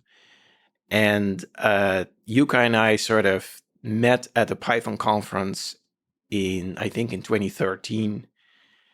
And we sort of came up with a compromise syntax that would not require any changes to Python, and that would let mypy sort of be an add-on static type checker for Python. Just out of curiosity, was it like double colon or something? What was he proposing that would break Python? I think he was using Angular brackets for types like in C++ or Java generics. Yeah, you can't use Angular brackets in Python. It would be too tricky for template. Well, the key thing is that we already had a syntax for annotations. We just didn't know what to use them for yet. So type annotations were just the sort of most logical thing to use that existing dummy syntax for. So there was no syntax for defining generics directly syntactically in the language. MyPy literally meant my version of Python, where my refers to Jukka. He had a parser that translated MyPy into Python by like doing the type checks and then removing the annotations and all the Angular brackets from the positions where he was using them. Boy. But a preprocessor model doesn't work very well with the typical workflow of Python development projects. Yeah, it's funny. I mean, that could have been another major split if it became successful. Like if you watch TypeScript versus JavaScript, is like a split in the community over types, right? That seems to be stabilizing now. It's not necessarily a split. There are certainly plenty of people who don't use TypeScript, but just use the original JavaScript notation, just like there are many people in the Python world who don't use type annotations and don't use static type checkers. No, I know, but there is a bit of a split between TypeScript and old school JavaScript, ES, whatever. Well, in the JavaScript world, transpilers are sort of the standard way of working anyway, which is why TypeScript being a transpiler itself is not a big deal. And transpilers, for people who don't know, it's exactly the thing you said with mypy. It's the code, I guess you call it pre-processing, code that translates from one language to the other. And that's part of the culture, part of the workflow of the JavaScript community. So that's right. At the same time, an interesting development in the JavaScript/TypeScript world at the moment is that there is a proposal under consideration. It's only a stage 1 proposal that proposes to add a feature to JavaScript where, just like Python, it will ignore certain syntax when running the JavaScript code. And what it ignores is more or less a superset of the TypeScript annotation syntax. Interesting. And so that would mean that eventually, if you wanted to, you could take TypeScript and you could shove it directly into a JavaScript interpreter without transpilation. The interesting thing in the JavaScript world, at least the web browser world, the web browsers have changed how they deploy, and they sort of update their JavaScript engines much more quickly than they used to in the early days. And so there's much less of a need for transpilation in JavaScript itself, because most browsers just support the most recent version of ECMAScript. Just on a tangent of a tangent, do you see, if you were to recommend somebody use a thing, would you recommend TypeScript or JavaScript? I would recommend TypeScript. Just because of the strictness of the typing. It's an enormously helpful extra tool that helps you sort of keep your head straight about what your code is actually doing. I mean, it helps with editing your code. It helps with ensuring that your code is not too incorrect. And it's actually quite compatible with JavaScript. Never mind this syntactic sort of hack that is still years in the future. But any library that is written in pure JavaScript can still be used from TypeScript programs. And also the other way around. You can write a library in TypeScript and then export it in a form that is totally consumable by JavaScript. That sort of compatibility is sort of the key to the success of TypeScript. Yeah, just to look at it as almost like a biological system that's evolving. It's fascinating to see JavaScript evolve the way it does. Well, maybe we should consider that biological systems are just engineering systems too, right? Yes. Just very advanced with more history. But it's almost like the most visceral in the JavaScript world, because there's just so much code written in JavaScript that for its history was messy. If you talk about bugs per line of code, I just feel like JavaScript eats the cake, or whatever the terminology is. It beats Python by a lot in terms of the number of bugs, meaning like way more bugs in JavaScript. Mm-hmm. And then obviously the browsers are developing. I mean, just there's so much active development. It feels a lot more like evolution, where a bunch of stuff is born and dies, and there's experimentation and debates, versus Python is more, all that stuff is happening, but there's just a longer history of stable working giant software systems written in Python, versus JavaScript is just a giant, beautiful, I would say, mess of code. It's a very different culture, and to some extent, differences in culture are random, but to some extent, the differences have to do with the environment. Yeah. And the fact that JavaScript is primarily the language for developing web applications, especially the client side, and the fact that it's basically the only language for developing web applications makes that community sort of just have a different nature than the community of other languages. Plus the graphical component, and the fact that they're deploying it on all kinds of shapes of screens and devices and all that kind of stuff. It just creates a beautiful chaos. Anyway, back to mypy. So you talked about a syntax that could work. Where does it currently stand? What's the future of static typing in Python? It is still controversial, but it is much more accepted than when mypy and PEP 484 were young. What's the connection between PEP 484 type hints and mypy? MyPy was the original static type checker. So MyPy quickly evolved from Yuka's own variant of Python to a static type checker for Python, and sort of PEP 484. That was it, like a very productive year where like many hundreds of messages were exchanged debating the merits of every aspect of that PEP. And so mypy is a static type checker for Python. It is itself written in Python. Most additional static typing features that we introduced in the time since 3.6 were also prototyped through mypy. MyPy being an open source project with a very small number of maintainers, was successful enough that people said this static type checking stuff for Python is actually worth an investment for our company. Nice. But somehow they chose not to support making MyPy faster, say, or adding new features to MyPy, but both Google and Facebook and later Microsoft developed their own static type checker. I think Facebook was one of the first. They decided that they wanted to use the same technology that they had successfully used for HHVM,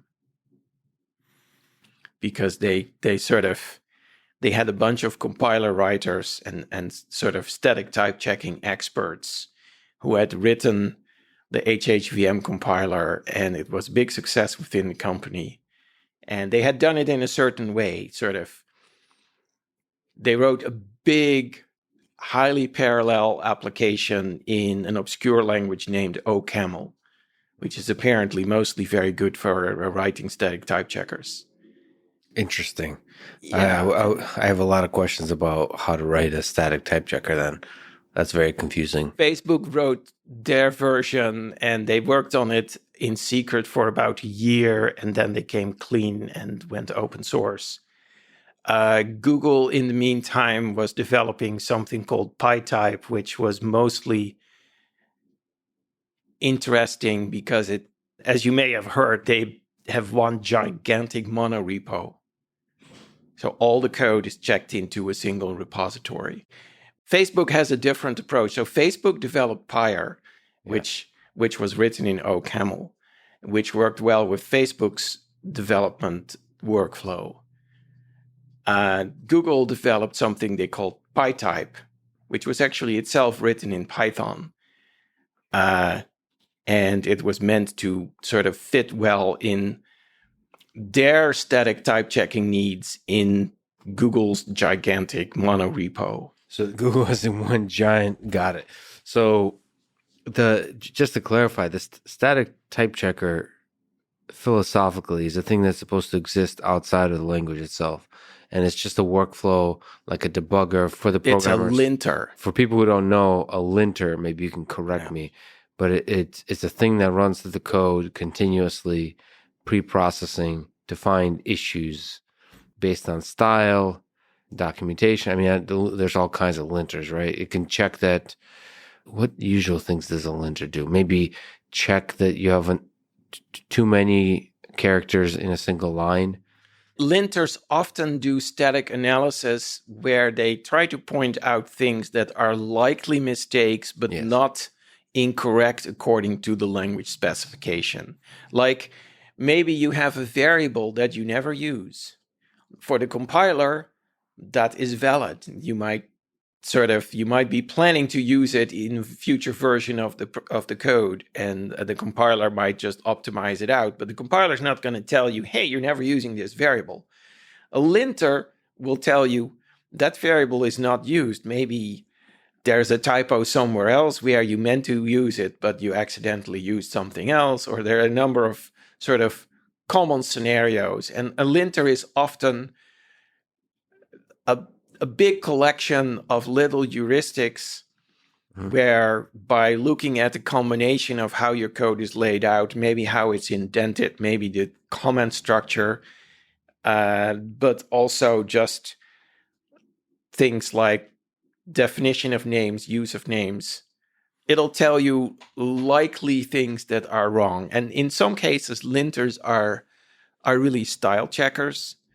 For Python, there are a number of linters that check things like, do you use the PEP8 recommended naming scheme for your functions and classes and variables? Mm-hmm.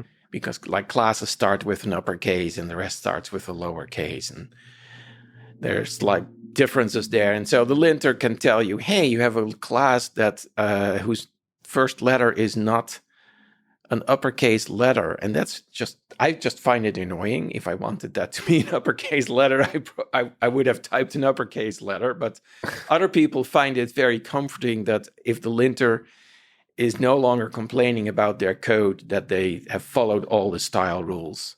Maybe it's a fast way for a new developer joining a team to learn the style rules, right? Yeah, there's definitely that. But the best use of a linter is probably not so much to sort of enforce team uniformity, but to actually help developers catch bugs that the compilers, for whatever reason, don't catch.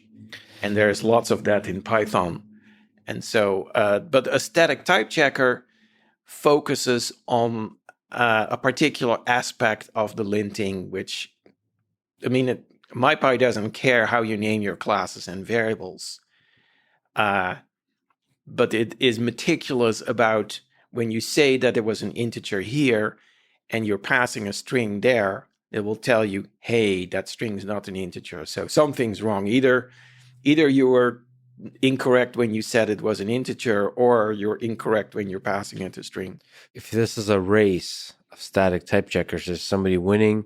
As you said, it's interesting that the companies didn't choose to invest in this centralized development of mypy. Is there a future for mypy? What do you see as will one of the companies win out and everybody uses like PyType or whatever Google's is called? Well, Microsoft is hoping that Microsoft's horse in that race called PyWrite is going to win. PyWrite, right? Like RIGHT? Correct. Yeah, all my word processors tend to typo correct that as pyrite, the name of the, I don't know what it is, some kind of semi-precious metal. Oh, right.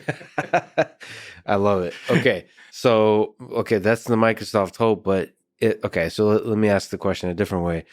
Is there going to be ever a future where the static type checker gets integrated into the language? Nobody is currently excited about doing any work towards that. That doesn't mean that 5 or 10 years from now, the situation isn't different. At the moment, all the static type checkers still evolve at a much higher speed than Python and its annotation syntax evolve. You get a new release of Python once a year. Those are the only times that you can introduce new annotation syntax. And there are always people who invent new annotation syntax that they're trying to push. And worse, once we've all agreed that we are going to put some new syntax in, we can never take it back. At least the sort of deprecating an existing feature takes many releases, because you have to assume that people started using it as soon as we announced it. Mm-hmm. And then you can't take it away from them right away. You have to start telling them, well, this will go away, but we're not going to tell you that it's an error yet. And then later it's going to be a warning. And then eventually 3 releases in the future, maybe we remove it. On the other hand, the typical static type checker still has a release like every month, every 2 months, certainly many times a year. Some type checkers also include a bunch of experimental ideas that aren't official standard Python syntax yet. Yeah. The static type checkers also just get better at discovering things that sort of are unspecified by the language, but that sort of could make sense. And so each static type checker actually has its sort of strong and weak points. So it's cool. It's like a laboratory of experiments. Yeah. Microsoft, Google, and all, and you get to see. And you see that everywhere, right? Because there's not one single JavaScript engine either. There is one in Chrome, there is one in Safari, there's one in Firefox. But that said, you said there's not interest. I think there is a lot of interest in type hinting, right? In the PEP 484. Actually, like, how many people use that? Do you have a sense? How many people use, because it's optional, it's a sugar. I can't put a number on it, but from the number of packages that do interesting things with it at runtime and the fact that there are like now 3 or 4 very mature type checkers that each have their segment of the market. And then there is PyCharm, which has a sort of more heuristic-based type checker that also supports the same syntax. My assumption is that many people developing Python software professionally for some kind of production situation are using a static type checker. Especially anybody who has a continuous integration cycle probably has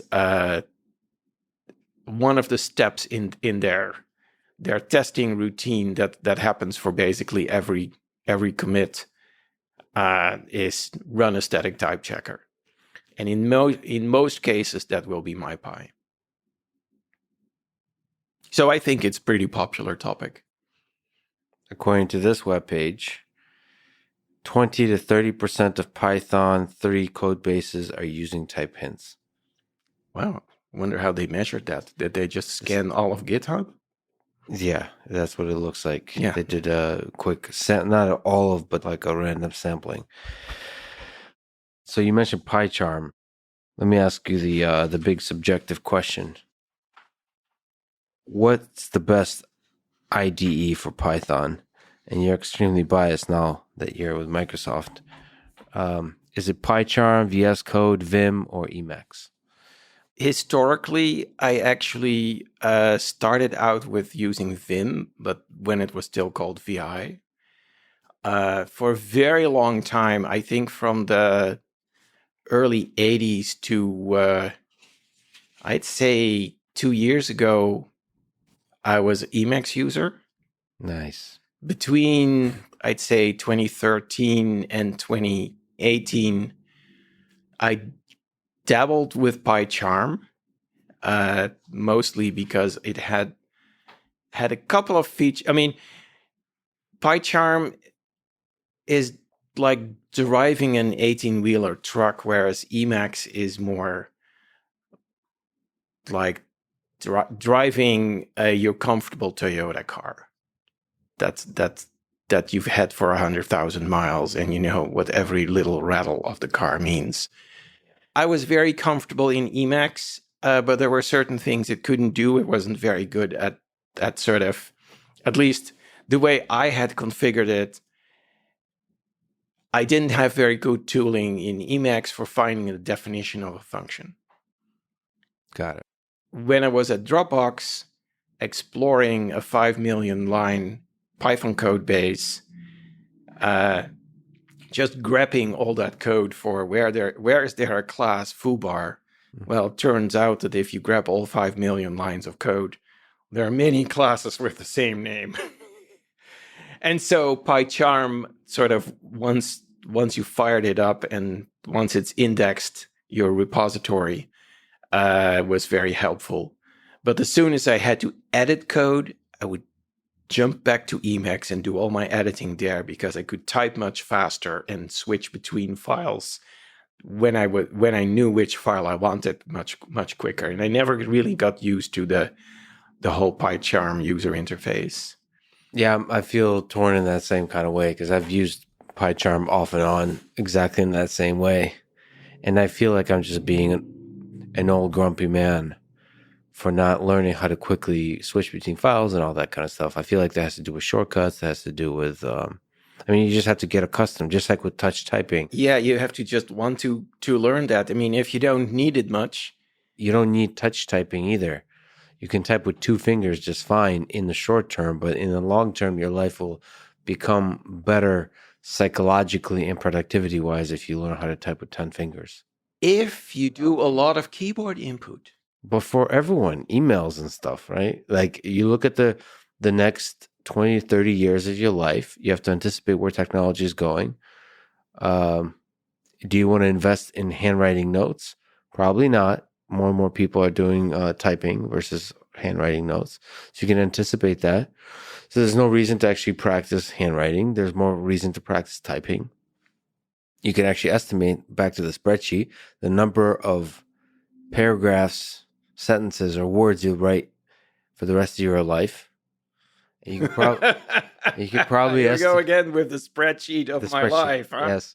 I mean, all of that is not actual, like converted to a spreadsheet, but it's a gut feeling. Like I have the same kind of gut feeling about books. I've almost exclusively switched to Kindle now, so ebook readers. Even though I still love and probably always will the smell, the feel of a physical book. And the reason I switched to Kindle is like, all right, well, this is really paving. The future is going to be digital in terms of consuming books and content of that nature. So you should let your brain get accustomed to that experience. And that same way, it feels like PyCharm or VS Code. I think PyCharm is the most sort of sophisticated, featureful Python IDE. It feels like I should probably at some point very soon switch like I'm not allowed to use anything else for Python than this IDE or VS Code. It doesn't matter, but walk away from Emacs for this particular application because I think I'm limiting myself in the same way that using 2 fingers for typing is limiting myself. This is a therapy session. I'm not even asking questions. But I'm sure a lot of people are thinking this way, right? I'm not going to stop you. I think that sort of everybody has to decide for themselves which one they want to invest more time in. Mm-hmm. I actually ended up giving VS Code a very tentative try when I started out at Microsoft and really liking it. And it took me a while before I realized why that was.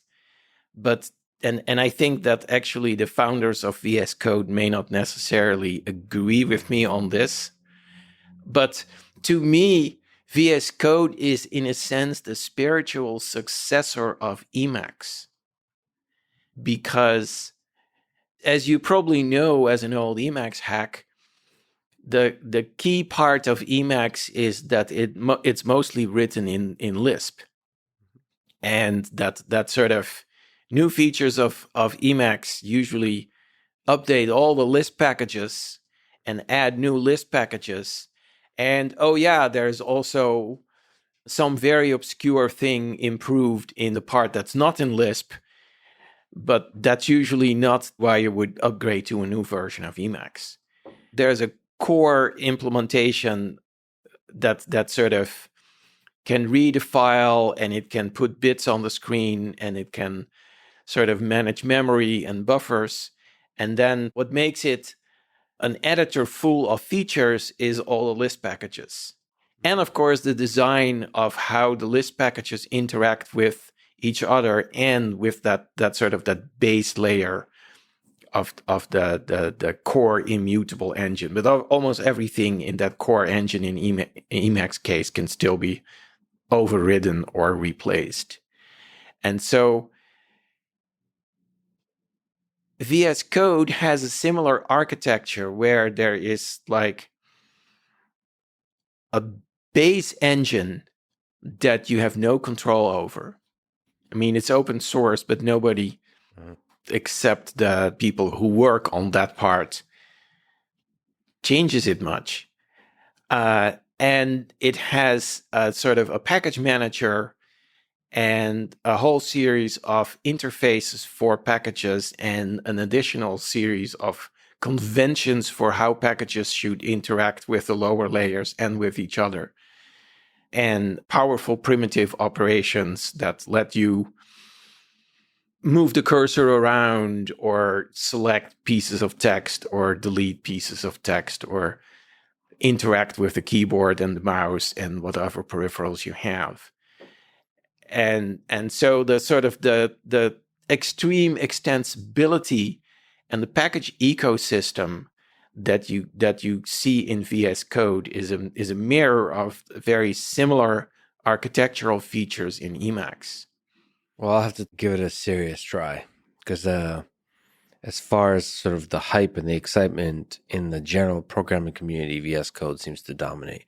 The interesting thing about PyCharm and PHP Storm, which are these JetBrains specific IDs that are designed for one programming language. It's interesting to when an ID is specialized, right? They're usually actually just specializations of IntelliJ, because underneath it's all the same editing engine with different veneer on top. Where in VS Code, many things you do require loading third-party extensions. In PyCharm, it is possible to have third-party extensions, but it is a struggle to create one. Yes, and it's not part of the culture, all that kind of stuff. Yeah, I remember that it might have been 5 years ago or so. We were trying to get some better mypy integration into PyCharm, because mypy is sort of Python tooling, and PyCharm had its own type checking heuristic thing that we wanted to replace with something based on mypy, because that was what we were using in the company. And it for the guy who was writing that PyCharm extension, it was really a struggle to sort of find documentation and get the development workflow going and debug his code and all that. So that was not a pleasant experience. Let me talk to you about parallelism. In your post titled Reasoning About Async IO Semaphore, you talk about a fast food restaurant in Silicon Valley that has only one table. Is this a real thing? I just wanted to ask you about that. Is that just like a metaphor you're using, or is that an actual restaurant in Silicon Valley? It was a metaphor, of course. Okay. I can imagine such a restaurant. So for people who didn't read the thing, you should, but it was idea of a restaurant where there's only one table and you show up one at a time and you're prepared. And I actually looked it up, and there's restaurants like this throughout the world. And it just seems like a fascinating idea. You stand in line, you show up, there's one table. They ask you all kinds of questions. They cook just for you. That's fascinating. It sounds like you'd find places like that in Tokyo. It sounds like a very Japanese thing. Or in the Bay Area, there are pop-up places that probably more or less work like that. I've never eaten at such a place. The fascinating thing is you propose it's a fast food. This is all for a burger. It was one of my rare sort of more literary or poetic moments where I thought I'll just open with a crazy example to catch your attention. And the rest is very dry stuff about locks and semaphores, and how a semaphore is a generalization of a lock. Well, it was very poetic and well delivered, and it actually made me wonder if it's real or not, because you don't make that explicit. And it feels like it could be true. And in fact, I wouldn't be surprised if somebody like listens to this and knows exactly a restaurant like this in Silicon Valley. Anyway, can we step back and can you just talk about parallelism, concurrency, threading, asynchronous, all of these different terms? What is it? Sort of at a high philosophical level. The fisherman is back in the boat. Well, the idea is if the fisherman has 2 fishing rods, since fishing is mostly a matter of waiting for a fish to nibble. Mm-hmm. Well, it depends on how you do it, actually. But if you had if you're doing the style of fishing where you sort of you throw it out and then you let it sit for a while until maybe you see a nibble, one fisherman can easily run 2 or 3 or 4 fishing rods. And so as long as you can afford the equipment, you can catch 4 times as many fish by a small investment in 4 fishing rods. And so since your time, you sort of say you have all Saturday to go fishing, if you can catch 4 times as much fish, you have a much higher productivity. And that's actually, I think, how deep sea fishing is done. You could just have a rod and you put it in a holster and you can have many rods. Is there an interesting difference between parallelism and concurrency and asynchronous? Is there one a subset of the other to you? Like, how do you think about these terms? In the computer world, there is a big difference. When people are talking about parallelism, like a parallel computer, that's usually really several complete CPUs that are sort of tied together and share something like memory or an I/O bus. Concurrency can be a much more abstract concept where you have the illusion that things happen simultaneously, but what the computer actually does is it spends a little time running this program for a while, and then it spends some time running that program for a while, and then spending some time for the third program for a while. So parallelism is the reality, and concurrency is part reality, part illusion. Yeah, parallelism typically implies that there is multiple copies of the hardware. You write that implementing synchronization primitives is hard in that blog post, and you talk about locks and semaphores. Why is it hard to implement synchronization primitives? Because at the conscious level, our brains are not trained to sort of keep track of multiple things at the same time. Like, obviously, you can walk and chew gum at the same time because they're both activities that require only a little bit of your conscious activity. But try balancing your checkbook and watching a murder mystery on TV. Yeah. You'll mix up the digits or you'll miss an essential clue in the TV show. So why does it matter that the programmer, the human, is bad? Because the programmer is, at least with the current state of the art, is responsible for writing the code correctly. And it's hard enough to keep track of a recipe that you just execute one step at a time. Chop the carrots, then peel the potatoes, mix the icing. Mm-hmm. You need your whole brain when you're reading a piece of code. What is going on? Okay, we're loading the number of mermaids in variable A and the number of mermen in variable B, and now we take the average or whatever. I like how we're just jumping from metaphor to metaphor. I like it. You have to keep in your head what is in A, what is in B, what is in C. Hopefully you have better names. And that is challenging enough.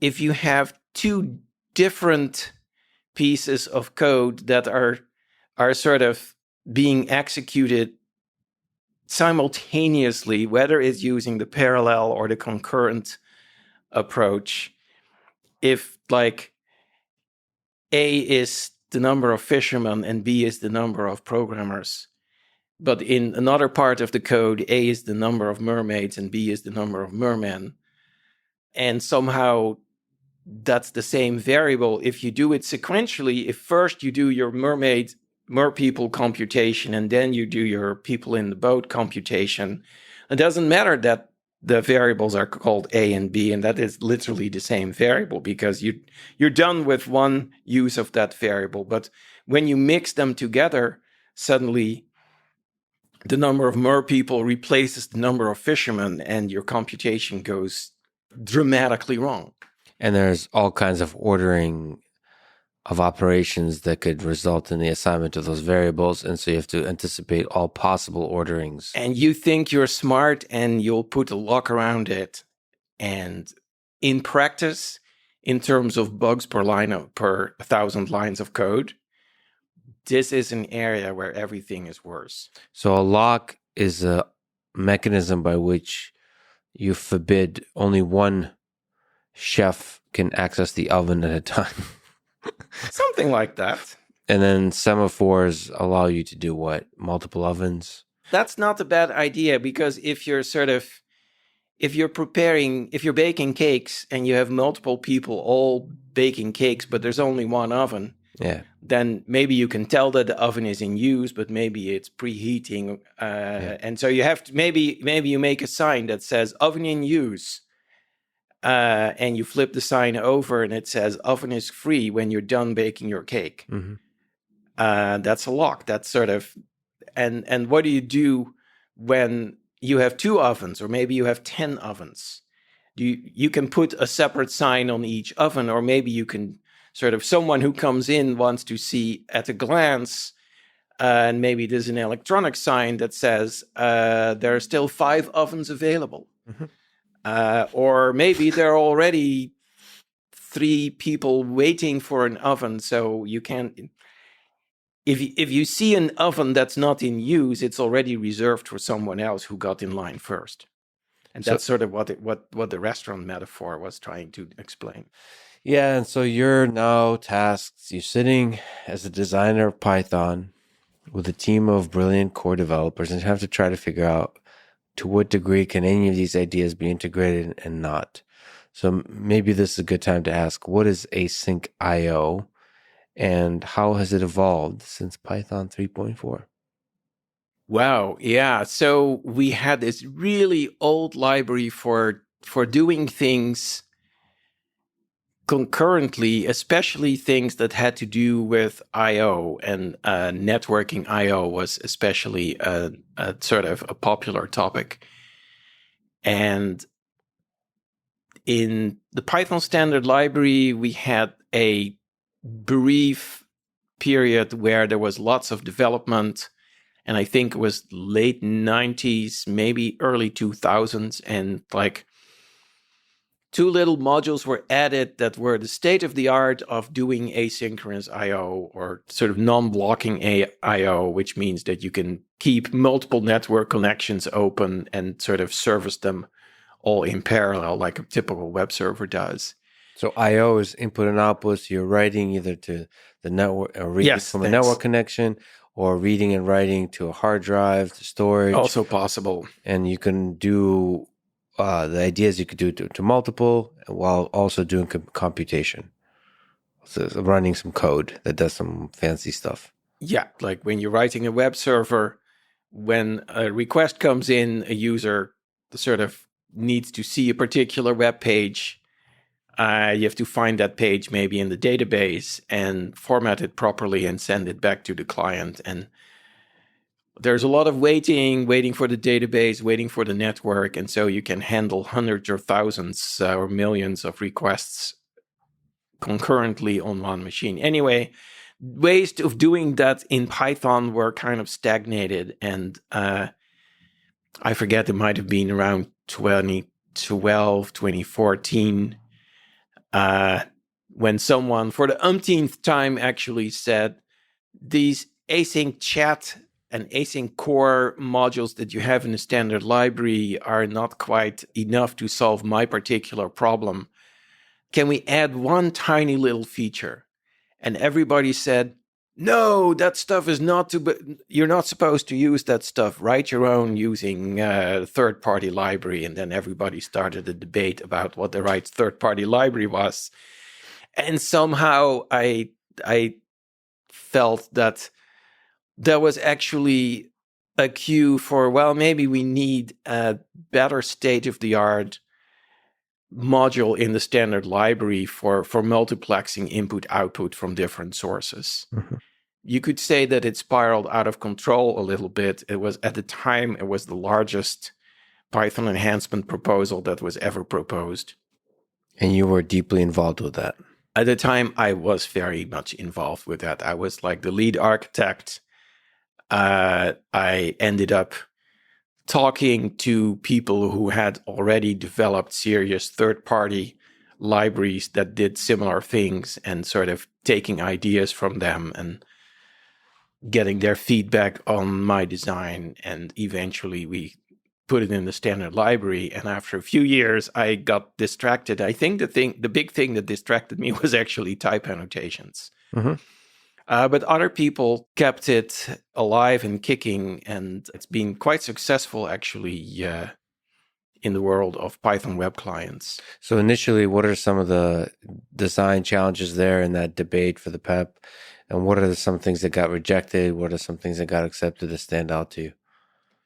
There are a couple of different ways you can handle parallel I/O, and this happens sort of at an architectural level in operating systems as well. Like Windows prefers to do it one way and Unix prefers to do it the other way. You have an object that represents a network endpoint, say a connection with a web browser that's your client, and say you're waiting for an incoming request. Two fundamental approaches are, okay, I'm waiting for an incoming request. I'm doing something else. Come wake me up, or sort of come tell me when something interesting happened, like a packet came in on that network connection. And the other paradigm is we're on a team of a whole bunch of people with maybe a little mind, and we can only manage one web connection at a time. So I'm just sitting looking at this web connection, and I'm just blocked until something comes in, and then I'm already waiting for it. I get the data, I process the data, and then I go back to the top and say, no, sort of, I'm waiting for the next packet. Mm-hmm. Those are about the two paradigms. One is a paradigm where there is sort of notionally a thread of control, whether it's an actual operating system thread or more an abstraction in async I/O, we call them tasks. But a task in async I/O or a thread in other contexts is devoted to one thing, and it has logic for all the stages. Like when it's a web request, like first wait for the first line of the web request, parse it, because then you know if it's a get or a post or a put or whatever, or an error.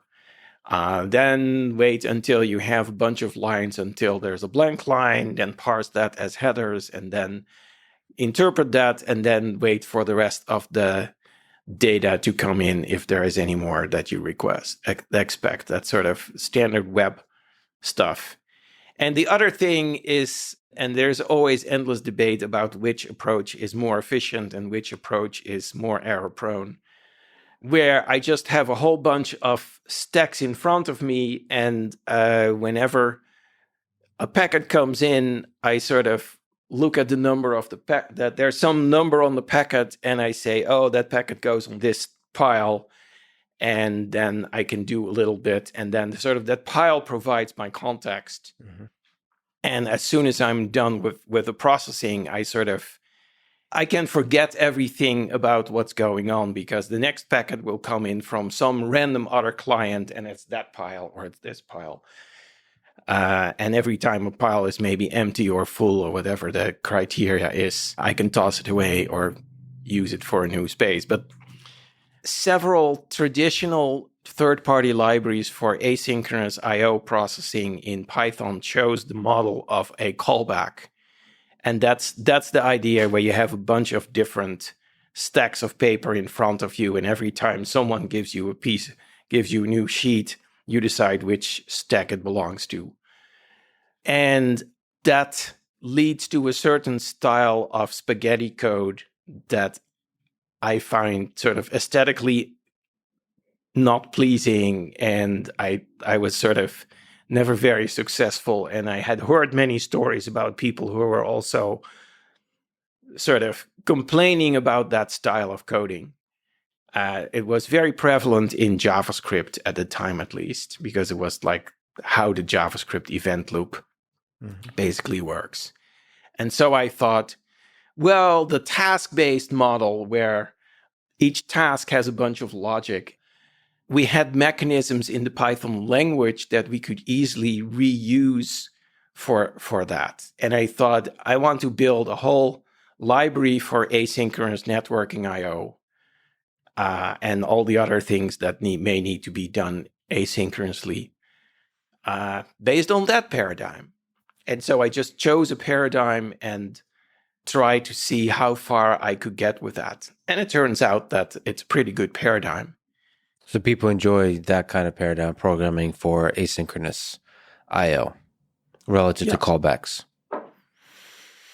Okay, beautiful. So how does that all interplay with the infamous GIL, the global interpreter lock? Maybe can you say what the GIL is and how does it dance beautifully with async I/O? The global interpreter lock solves the problem that Python originally was not written with either asynchronous or parallelism in mind at all. There was no concurrency in the language. There was no parallelism. There were no threads.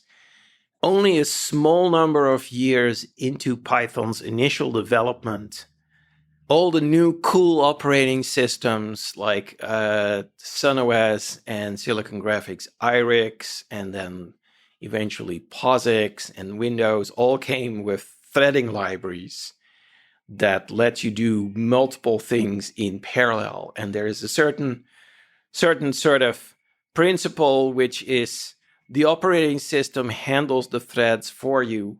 Mm-hmm. And the program can pretend that there are as many CPUs as there are threads in the program. And those CPUs work completely independently. Mm-hmm. And if you don't have enough CPUs, the operating system sort of simulates those extra CPUs. On the other hand, if you have enough CPUs, you can get a lot of work done by deploying those multiple CPUs. But Python wasn't written to do that. And so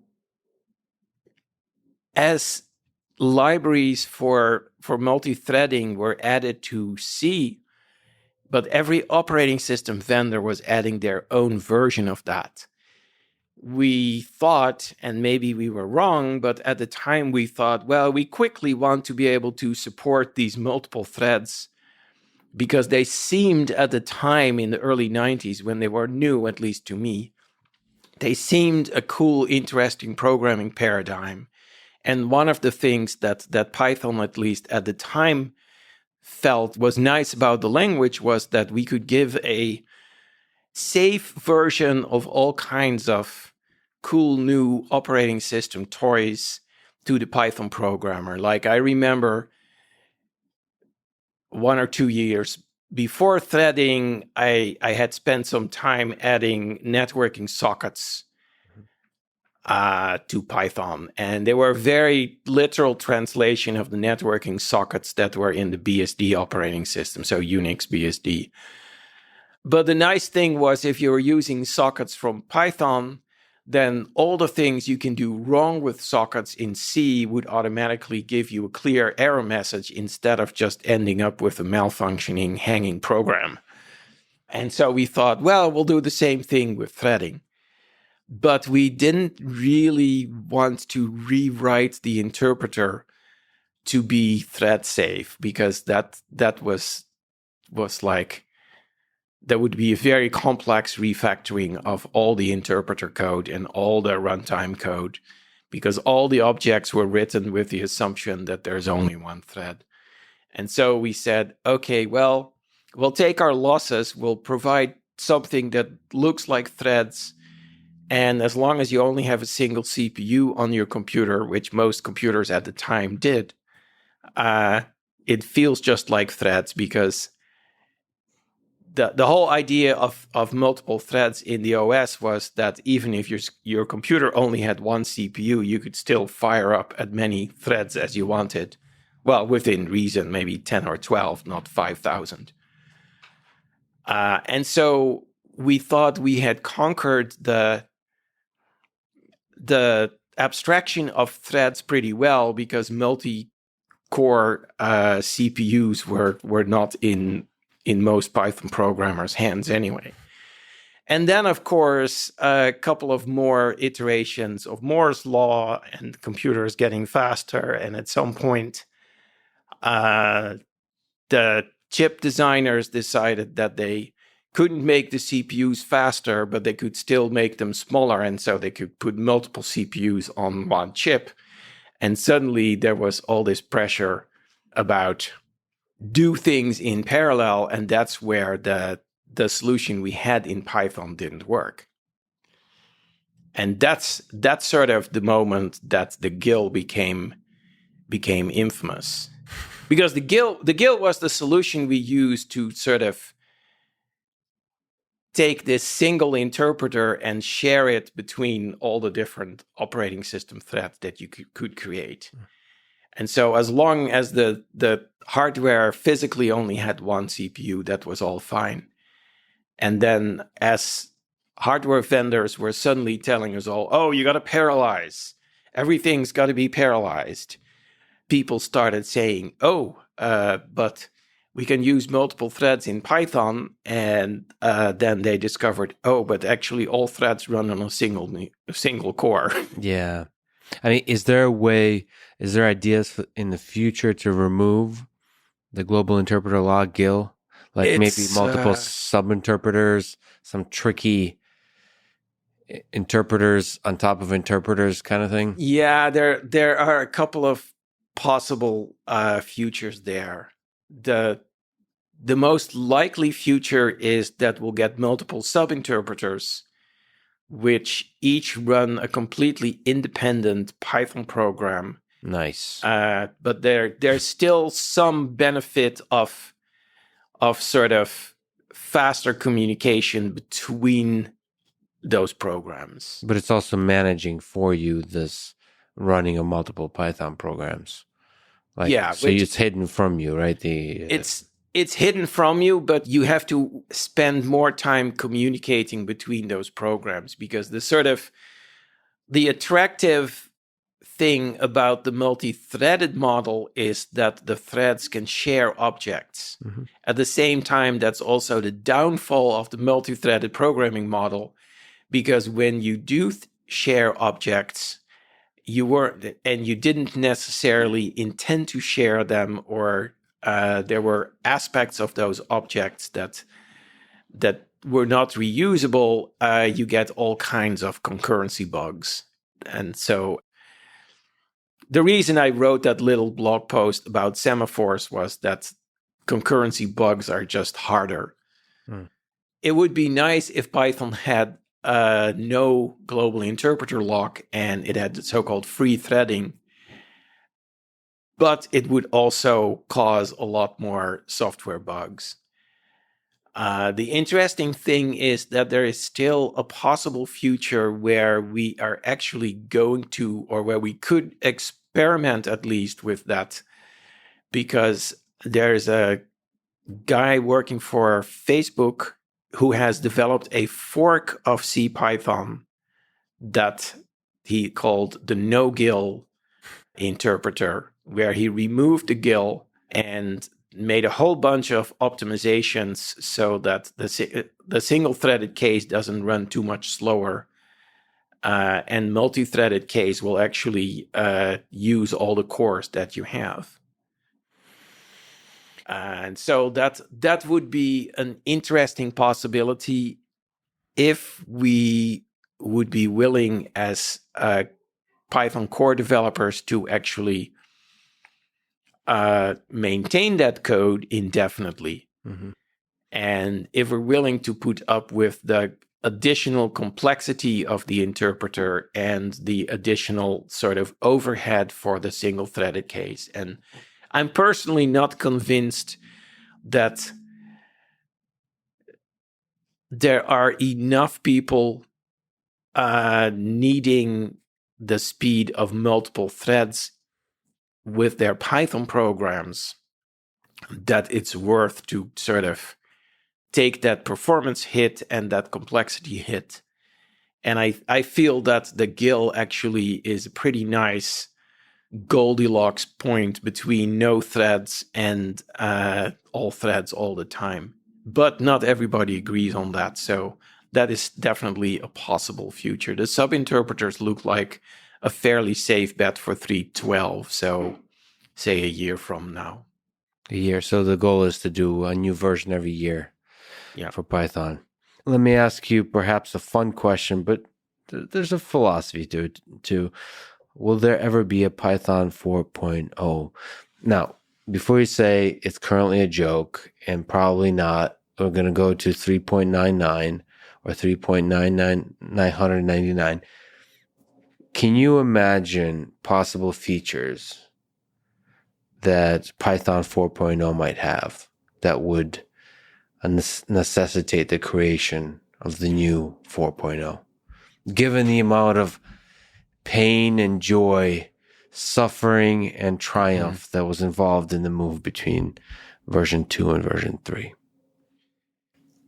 Yeah, well, we as a community and as a core development team, we have a large amount of painful memories about the Python 3 transition, which is one reason that sort of everybody is happy that we've decided there's not going to be a 4.0, at least not anytime soon. And if there is going to be one, we'll sort of plan the transition very differently. Mm-hmm. Because clearly we underestimated the pain the transition caused for our users in the Python 3 case. And had we known, we could have sort of designed Python 3 somewhat differently without making it any worse. We just thought that we had a good plan, but we underestimated what sort of the users were capable of when it comes to that kind of transition. By the way, I think we talked way before, like a year and a half before the Python 2 officially end of life. Oh, yeah. What was that? What's your memory of the end of life? Did you shed a tear on January 1st, 2020? Were you standing alone? The core team had basically moved on years before. Yeah. It was a little symbolic moment to signal to the remaining users that there was no longer going to be any new releases or support for Python 2.7. Did you shed a single tear while looking out over the horizon? I'm not a very poetic person, and I don't shed tears like that, but no. Now, we actually had planned a party, but the party was planned for the US Python conference that year, which never happened, of course, because of the pandemic. Oh, was it like in March? Yeah, the conference was going to be, I think, late April that year. Oh. So that was a very difficult decision to cancel it, but they did. So anyway, if we're going to have a Python 4, we're going to have both a different reason for having that and a different process for managing the transition. Can you imagine a possible process that... So I think you're implying that if there's a 4.0, in some ways it would break back compatibility? Well, so here is a concrete thought I've had, and I'm not unique, but not everyone agrees with this, so this is definitely a personal opinion. If we were to try something like that no-GIL Python, my expectation is that it would feel just different enough, at least for the part of the Python ecosystem that is heavily based on C extensions. And that is like the entire machine learning, data science, scientific Python world is all based on C extensions for Python. And so those people would likely feel the pain the most, because even if we don't change anything about the syntax of the language and the semantics of the language when you're writing Python code.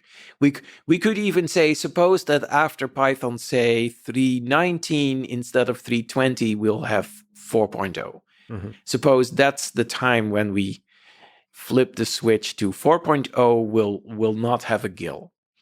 Imagine it was like that. Mm-hmm. So I would probably say that particular year, the release that we name 4.0 will be syntactically, it will not have any new syntactical features, no new modules in the standard library, no new built-in functions. Everything will be, at the Python level, will be purely compatible with Python 3.19.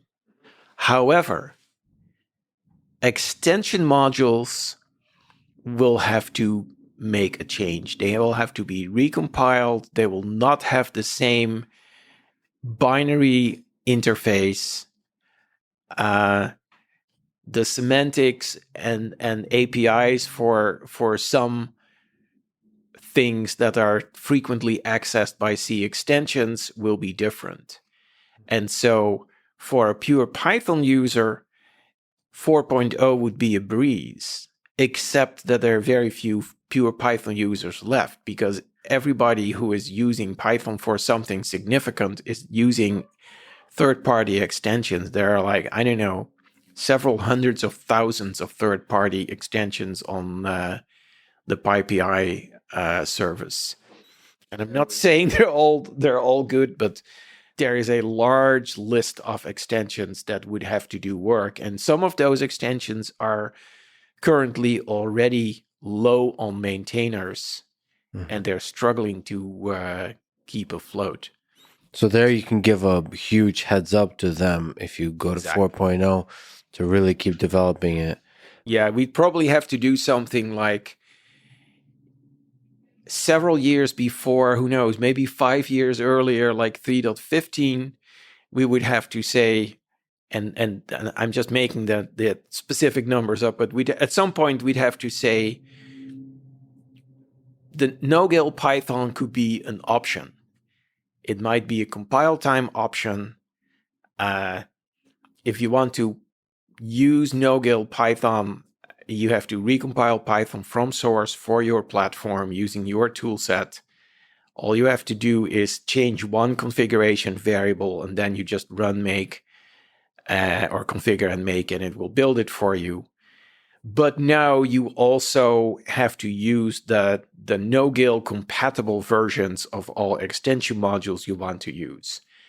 And so as long as many extension modules don't have fully functional sort of variants that work in the no-GIL world, that's not a very practical thing for Python users, but it would allow extension developers to test the waters, see what they need to syntactically to be able to compile at all. Maybe they're using functions that are defined by the Python 3 runtime that won't be in the Python 4 runtime. Those functions will not work. They'll have to find an alternative, but they can experiment with that and sort of write test applications. And that would be a way to transition. And that could be a series of releases where the Python 4 is more and more imminent. We have supported more and more third-party extension modules to have solid support that works for no-GIL Python for that new API.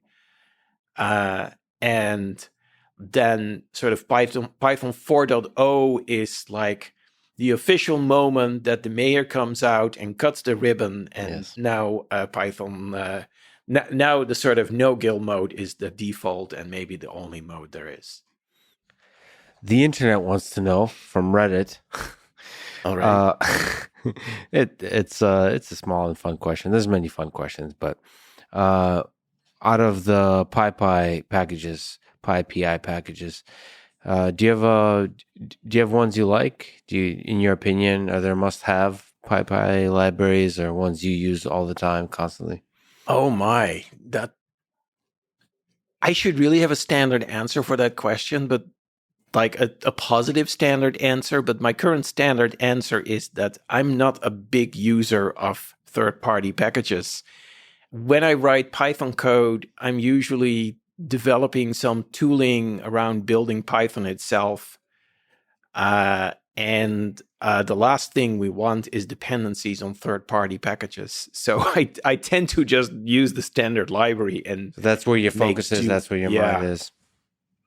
But do you keep an eye of what's out there to understand where the standard library could be moving, should be moving? It's a good kind of landscape of what's missing from the standard library. Well, usually when something's missing from the standard library nowadays, it is a relatively new idea, and there is a third-party implementation, or maybe possibly multiple third-party implementations, but they evolve at a much higher rate than they could when they're in the standard library. So it would be a big reduction in activity to incorporate things like that in the standard library. So I like that there is a lively package ecosystem, and that sort of recent trends in the standard library are actually that we're doing the occasional spring cleaning where we're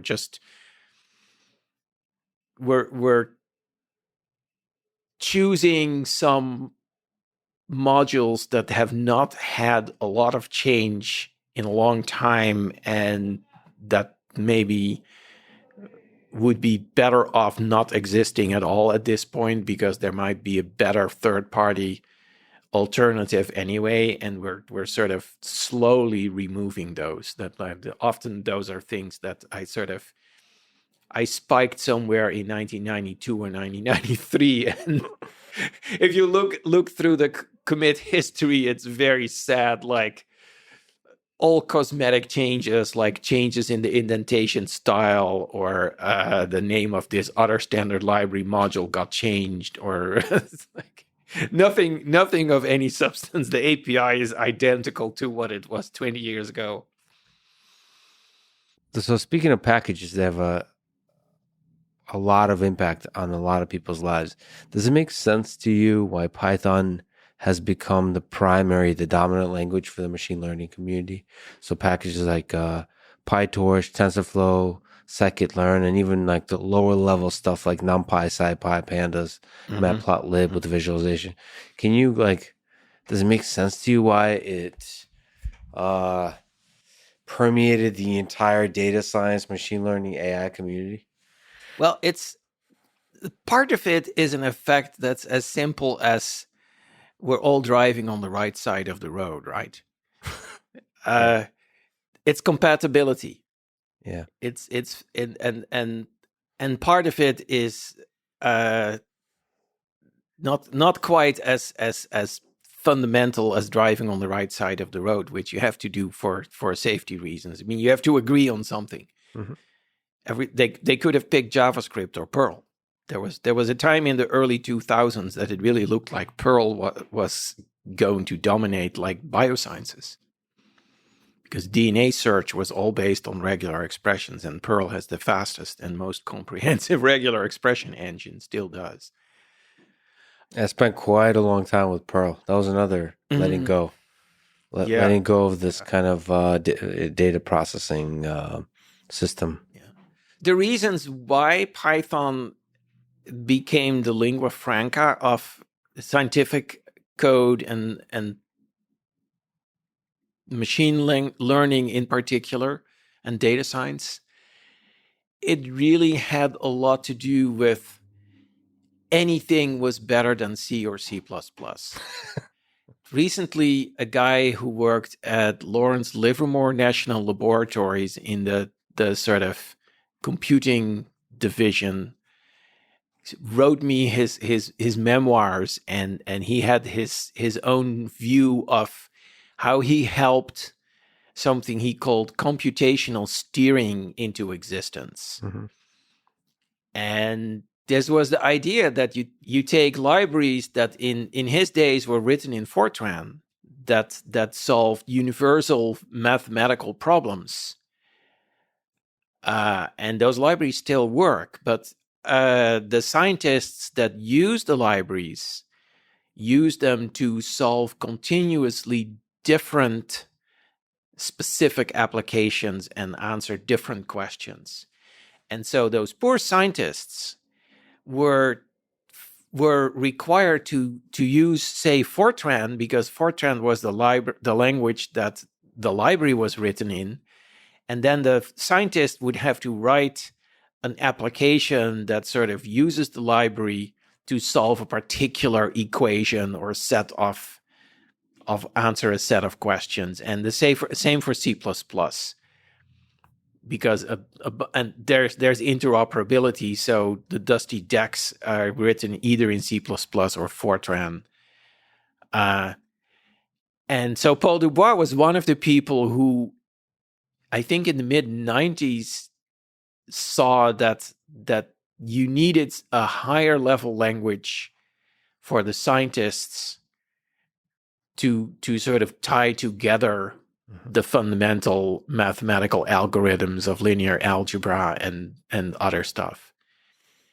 And so gradually some libraries started appearing that did very fundamental stuff with arrays of numbers in Python. I mean, when I first created Python, I was not expecting it to be used for arrays of numbers much. I thought that was like an outdated data type, and everything was like objects and strings, and like Python was good and fast at string manipulation and objects, obviously, but arrays of numbers were not very efficient, and the multidimensional arrays didn't even exist in the language at all. But there were people who realized that Python had extensibility that was flexible enough that they could write third-party packages that did support large arrays of numbers and operations on them very efficiently. And somehow they got a foothold through sort of different parts of the scientific community. I remember that the Hubble Space Telescope people in Baltimore were somehow big Python fans in the late 90s. And at various points, small improvements were made, and more people got in touch with using Python to derive these libraries of interesting algorithms. And like once you have a bunch of scientists who are working on similar problems, say they're all working on stuff data that comes in from the Hubble Space Telescope, but they're looking at different things. Some are looking at stars in this galaxy, others are looking at galaxies. The math is completely different, but the underlying libraries are still the same. And so they exchange code. They say, well, I wrote this Python program, or I wrote a Python library to solve this class of problems. And the other guys either say, oh, I can use that library too, or if you make a few changes, I can use that library too. Why start from scratch in Perl or JavaScript, where there's not that infrastructure for arrays of numbers yet, whereas in Python you have it.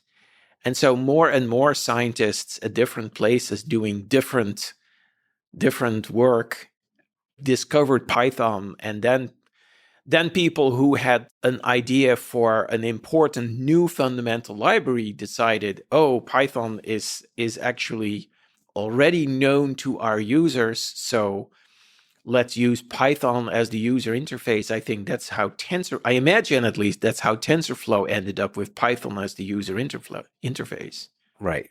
But with TensorFlow, there's a deeper history of what the community, so it's not just like what packages it needs, it's like what the community leans on for a programming language, because TensorFlow had a prior library that was internal to Google, but there was also competing machine learning frameworks like Theano, Caffe that were in Python. There was some Scala, some other languages, but Python was really dominating it.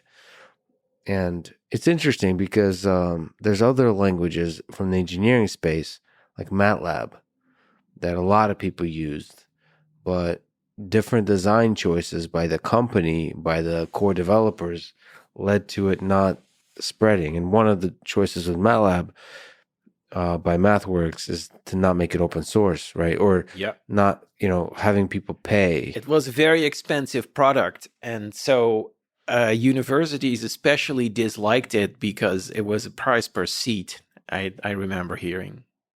Yeah, but I think that's not why it failed or it failed to spread. I think the universities didn't like it, but they would still pay for it. The thing is, it didn't feed into that GitHub open source packages culture. Mm-hmm. So and that's somehow a precondition for viral spreading, the hacker culture, like the tinkerer culture. With Python, it feels like you can build a package from scratch to solve a particular problem and get excited about sharing that package with others. And that creates an excitement about a language. I tend to like Python's approach to open source in particular because it's almost egalitarian. There's little hierarchy. There's obviously some because you all need to decide whether you drive on the left or the right side of the road sometimes. But there is a lot of access for people with little power. You don't have to work for a big tech company to make a difference in the Python world. We have affordable events that really care about community and support people. And sort of the community is like a big deal at our conferences and in the PSF. When the PSF funds events, it's always about growing the community. The PSF funds very little development. They do some, but most of the money that the PSF forks out is to community fostering things.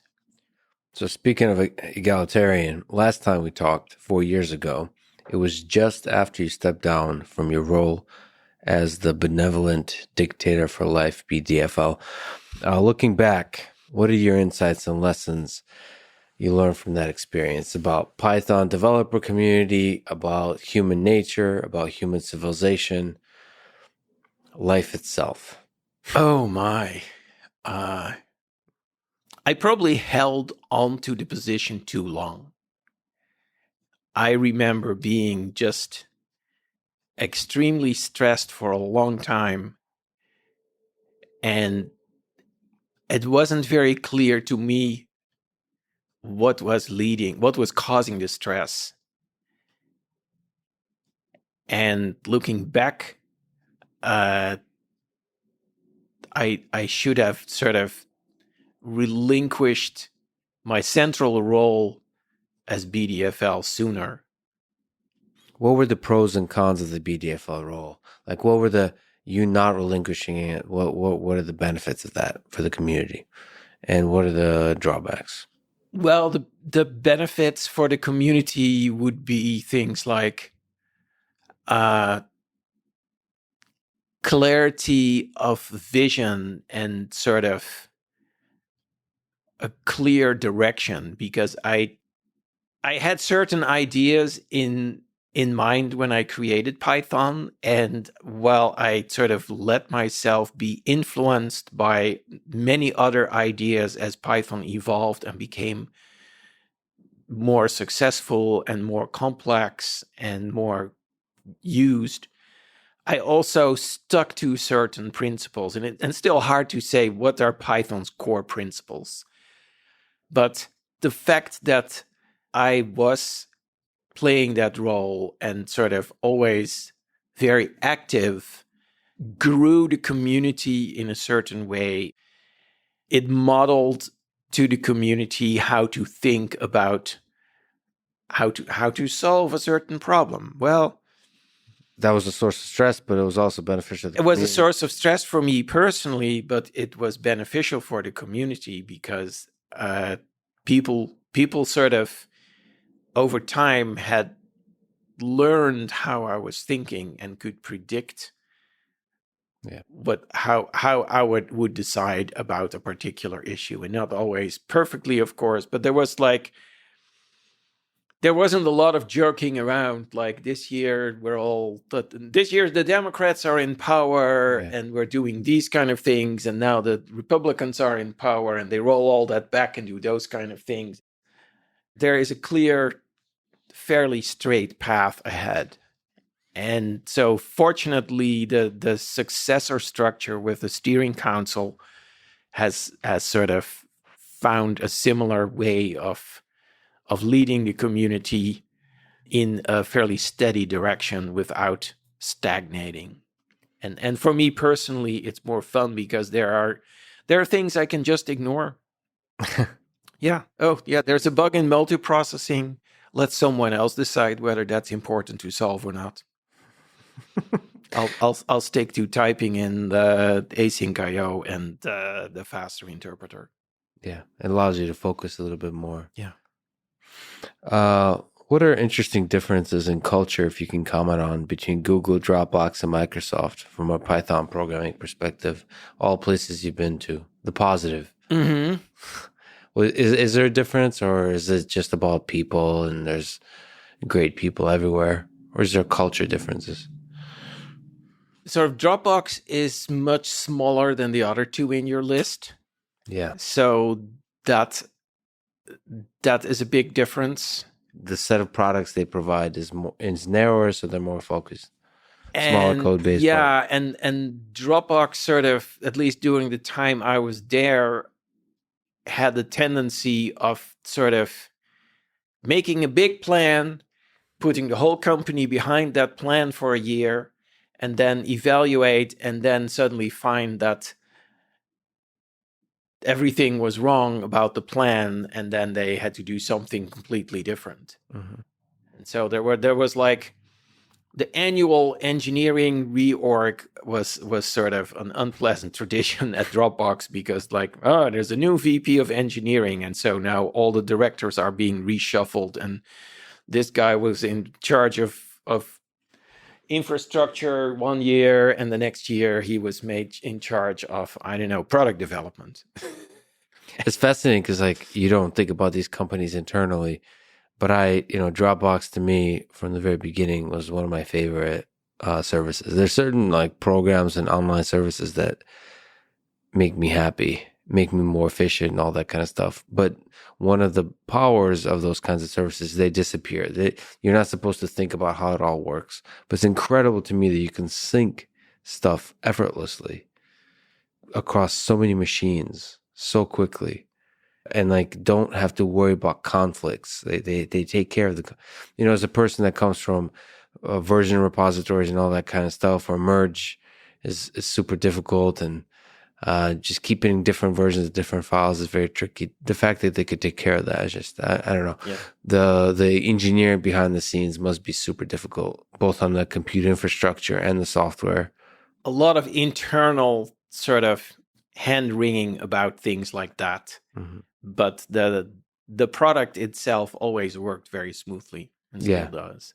But there's probably a lot of lessons to that. You can have a lot of turmoil inside on the engineering side, but if the product is good, the product is good, and don't mess with that either. When it's good, it's like with Google, focus on the search and the ads, right? Like, and the money will come. Yeah, and make sure that's done extremely well, and don't forget what you do extremely well. And in what ways do you provide value and happiness to the world? Make sure you do that well. Is there something else to say about Google and Microsoft? Microsoft has had a very fascinating shift recently with the new CEO, recent CEO, with purchasing GitHub, embracing open source culture, embracing the developer culture. It's pretty interesting to see. That's like why I joined Microsoft. I mean, after retiring and thinking that I would stay retired for the rest of my life, which of course was a ridiculous thought. Mm-hmm. But I was done working for a bit, and then the pandemic made me realize that work can also provide a source of fulfillment, keep you out of trouble. Microsoft is a very interesting company because it has this incredible, very long and varied history and this amazing catalog of products that many of which also date way back. I mean, I've been talking to a bunch of Excel people lately, and Excel is like 35 years old. Yeah. And they can still read spreadsheets that they might find on an old floppy drive. Yeah. Yeah, there's been so many incredible tools through the years. Excel, one of the great shames of my life is that I've never learned how to use Excel well. I mean, it just always felt like so many features are there. It's similar with IDEs like PyCharm. It feels like I converge quickly to the dumbest way to use a thing to get the job done, when clearly there's so much more power at your fingertips. Yeah. But I do think there's probably expert users of Excel. That Excel is a cash cow, actually. Oh, it actually brings in money. Oh, that's interesting. Yeah. A lot of the engineering, sort of, if you look deep inside Excel, there's some very good engineering, very, very impressive stuff. Okay, now I need to definitely learn Excel a little better. I had issues because I'm a keyboard person, so I had issues coming up with shortcuts. I mean, Microsoft sometimes, it's changed over the years, but sometimes they kind of want to make things easier for you on the surface, and therefore make it harder for like people that like to have shortcuts and all that kind of stuff to optimize their workflow. Now, people are probably yelling at me. It's like, no, Excel probably has a lot of ways to optimize workflow. In fact, I keep discovering that there are many features in Excel that only exists at keyboard shortcuts. Yeah, that's the sense I have. And now, like, I'm embarrassed that it's just... You just have to know what they are. Yeah. That's like, there's no logic or reason to the assignment of the keyboard shortcuts because they go back even longer than 35 years. Can you maybe comment about Satya Nadella and how hard it is for a CEO to sort of pivot a company towards open source, towards developer culture? Is there something you could see about like what's the role of leadership in such a pivot and definition of a new vision? I've never met him, but I hear he's just a really sharp thinker, but he also has an incredible business sense. He took the organization that had very solid pieces, but that was also struggling with all sorts of shameful things, especially the Steve Ballmer time. I imagine in part through his personal charm and thinking, and of course the great trust that the rest of the leadership has in him, he managed to really turn the company around and sort of change it from openly hostile to open source to actively embracing open source. And that doesn't mean that suddenly Excel is going to go open source, but that means that there's room for a product like VS Code, which is open source. Yeah, it's fascinating. It gives me faith that large companies with good leadership can grow, can expand, can change and pivot and so on and develop. Because it gets harder and harder as the company gets large. You wrote a blog post in response to a person looking for advice about whether with a CS degree to choose a 9-to-5 job or to become an entrepreneur. It's an interesting question. If you just think from first principles right now, somebody has took a few years in programming, has loved software engineering. In some sense, creating Python is an entrepreneurial endeavor. That's a choice that a lot of people that are good programmers have to make. Do I work for a big company or do I create something new? Or you can work for a big company and create something new there. Oh, inside the... Yeah. I mean, big companies have individuals who create new stuff that eventually grows big all the time. And if you're the person that creates a new thing and grows big, you'll have a chance to move up quickly in the company. to run that thing. If that's your aspiration, what can also happen is that someone is a brilliant engineer and sort of builds a great first version of a product and has no aspirations to then become a manager and grow the team from 5 people to 20 people to 100 people to 1,000 people and be in charge of hiring and meetings, and they move on to inventing another crazy thing inside the same company, or sometimes they found a startup, or they move to a different great large or small company. There's all sorts of models. And sometimes people sort of do have this whole trajectory from engineer buckling down, writing code, not 9 to 5, but more like noon till midnight, 7 days a week, and coming up with a product and sort of staying in charge. I mean, if you take Drew Houston, Dropbox's founder, he is still the CEO. And at least when I was there, he had not checked out or anything. He was a good CEO, but he had started out as the technical inventor or co-inventor.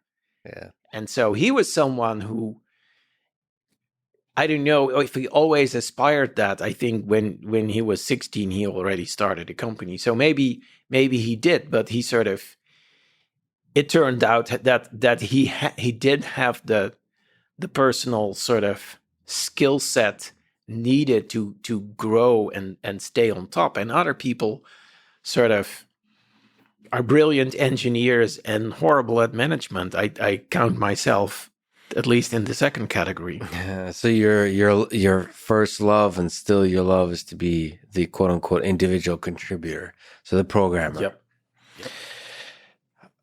Do you have advice for a programming beginner on how to learn Python the right way? Find something you actually want to do with it. If you say, I want to learn skill X, that's not enough motivation. You need to pick something, and it can be a crazy problem you want to solve. It can be completely unrealistic, but something that challenges you into actually learning coding in some language. And there's so many projects out there you could look for like that. That doesn't have to be some big ambitious thing. It could be writing a small bot.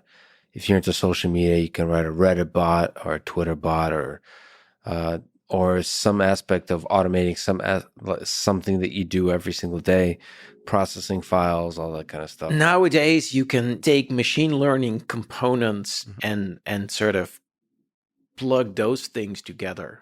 Mm-hmm.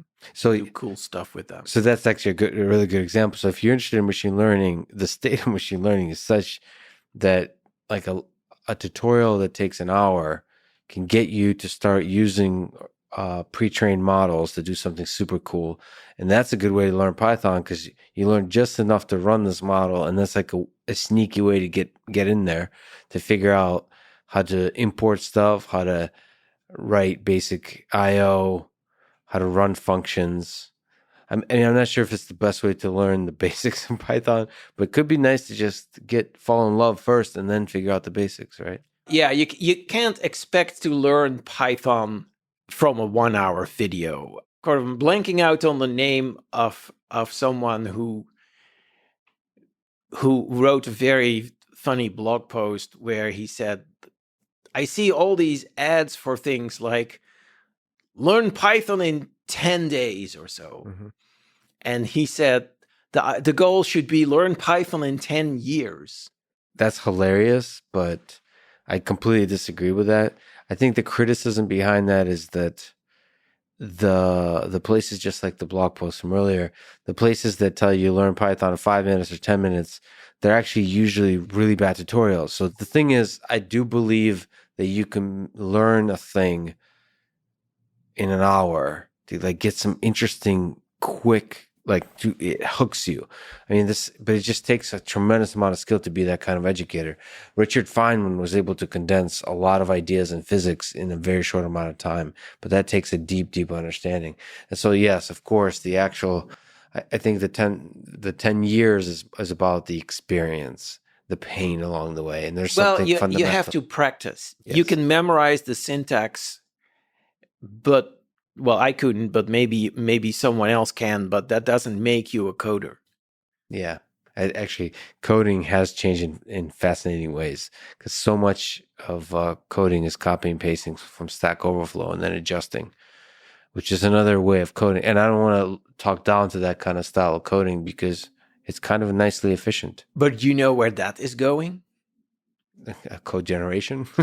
No, seriously, GitHub Copilot. Yeah, Copilot. I use it every day, and it writes a lot of code for me. And usually it's slightly wrong, but it still saves me typing because all I have to do is change one word in a line of text that otherwise it generated perfectly. And how many times are you looking for what was I doing this morning? I was looking for a begin marker and I was looking for an end marker. Mm-hmm. And so begin is blah, blah, blah, search for begin. This is the begin token. Mm-hmm. And then the next line, I type E, and it completes the whole line with end instead of begin. Mm-hmm. That's a very simple example. Sometimes it sort of, if I name my function right, it writes a 5 or 10 line function. And Python enough to very quickly then detect the issues. So it becomes a really good dance partner then. It doesn't save me a lot of thinking, but since I'm a poor typist, I'm very much appreciative of all the typing it does for me. Much better actually than the previous generation of suggestions that are also still built in VS Code, where when you hit a dot, it tries to guess what the type is of the variable to the left of the dot, and then it gives you a list, a pop-down menu of what the attributes of that object are. But Copilot is much, much smoother than that. Well, it's fascinating to hear that you use GitHub Copilot. Do you worry about the future of that? The automatic code generation, the increasing amount of that kind of capability? Are programmers' jobs threatened? Or is there still a significant role for humans? Are programmers' jobs threatened by the existence of Stack Overflow? I don't think so. It helps you take care of the boring stuff. And you shouldn't try to use it to do something that you have no way of understanding what you're doing yet.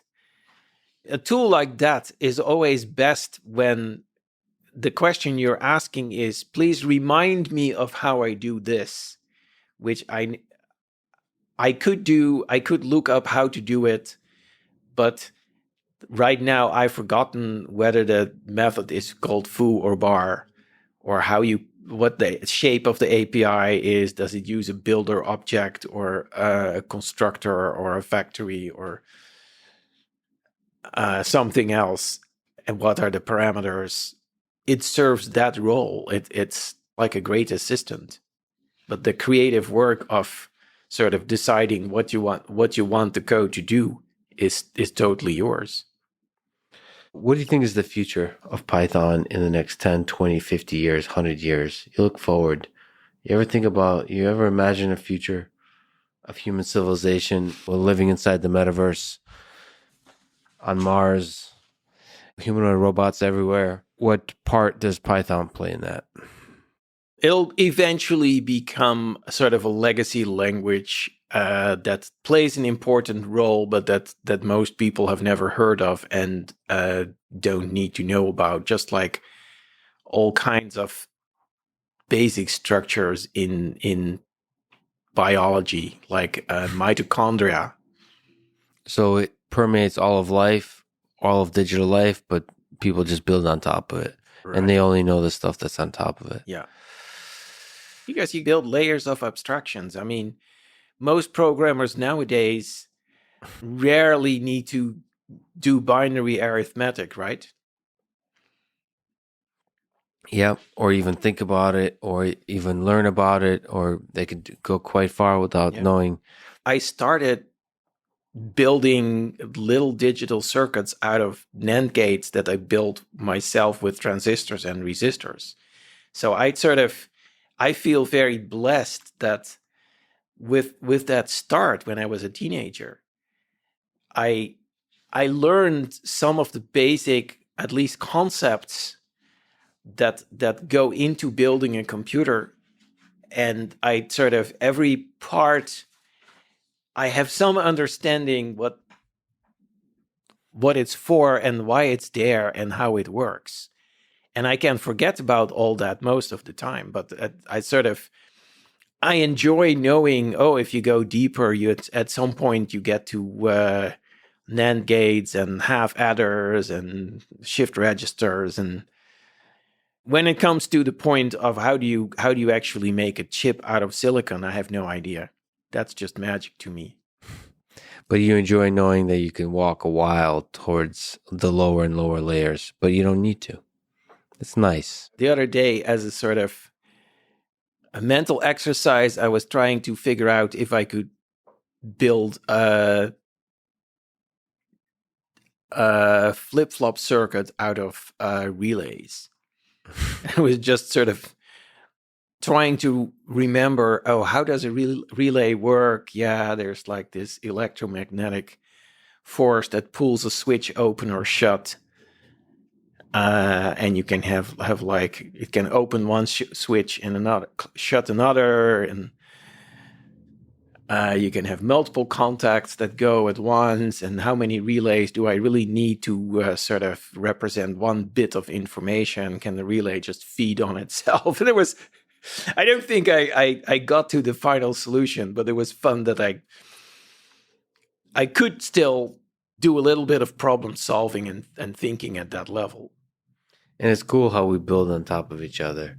So there's people that are just, you stood on the shoulders of giants, and there's others who'll stand on your shoulders, and it's a giant, beautiful hierarchy. Yeah, I feel I cover this middle layer of the technology stack where it peters out below the level of NAND gates. And at the top, I lose track when it gets to machine learning. And then eventually the machine learning will build higher and higher layers that will help us understand the lowest layer of the physics. And thereby the universe figures out how it itself works. Maybe not. Yeah, it's possible. I mean, if you think of human consciousness, if that's even the right concept, it's interesting that we have this super parallel brain that does all these incredible parallel operations like image recognition. I recognize your face. There's huge amount of processing that goes on in parallel. There's lots of nerves between my eyes and my brain, and the brain does a whole bunch of stuff all at once because it's actually really slow circuits, but there are many of them that all work together. On the other hand, when I'm speaking, everything is completely sequential. I have to string words together one at a time.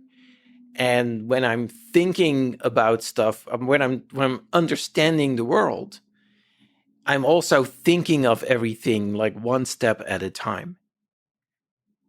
And so we've got all this incredible parallel circuitry in our brains, and eventually we use that to simulate a single-threaded, much higher level interpreter.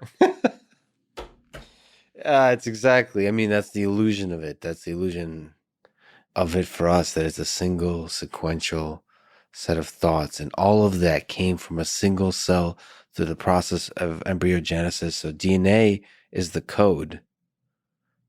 DNA holds the entirety of the code, the information, and how to use that information to build up an organism. The entire, the arms, the legs. How is it built? Yeah. The brain. So it's you don't buy a computer, You buy like You buy a seed, a yeah, diagram. and then you plant the computer, and it builds itself in almost the same way, and then does the computation, and then is eventually dies. It gets stale, but gives birth to young computers more and more, and gives them lessons, but they figure stuff out on their own. And over time, it goes on that way. And those computers, when they go to college, try to figure out how to program, and they built their own little computers. They're increasingly more intelligent, increasingly higher and higher levels of abstractions. Isn't it interesting that you see the same thing appearing at different levels though, because you have like cells that create new cells, and eventually that builds a whole organism, but then the animal or the plant or the human has its own mechanism of replication that is sort of connected in a very complicated way to the mechanism of replication of the cells. And then if you look inside the cell, if you see how DNA and proteins are connected, then there is yet another completely different mechanism whereby proteins are mass produced using enzymes and a little bit of code from DNA. And of course, viruses break into it at that level.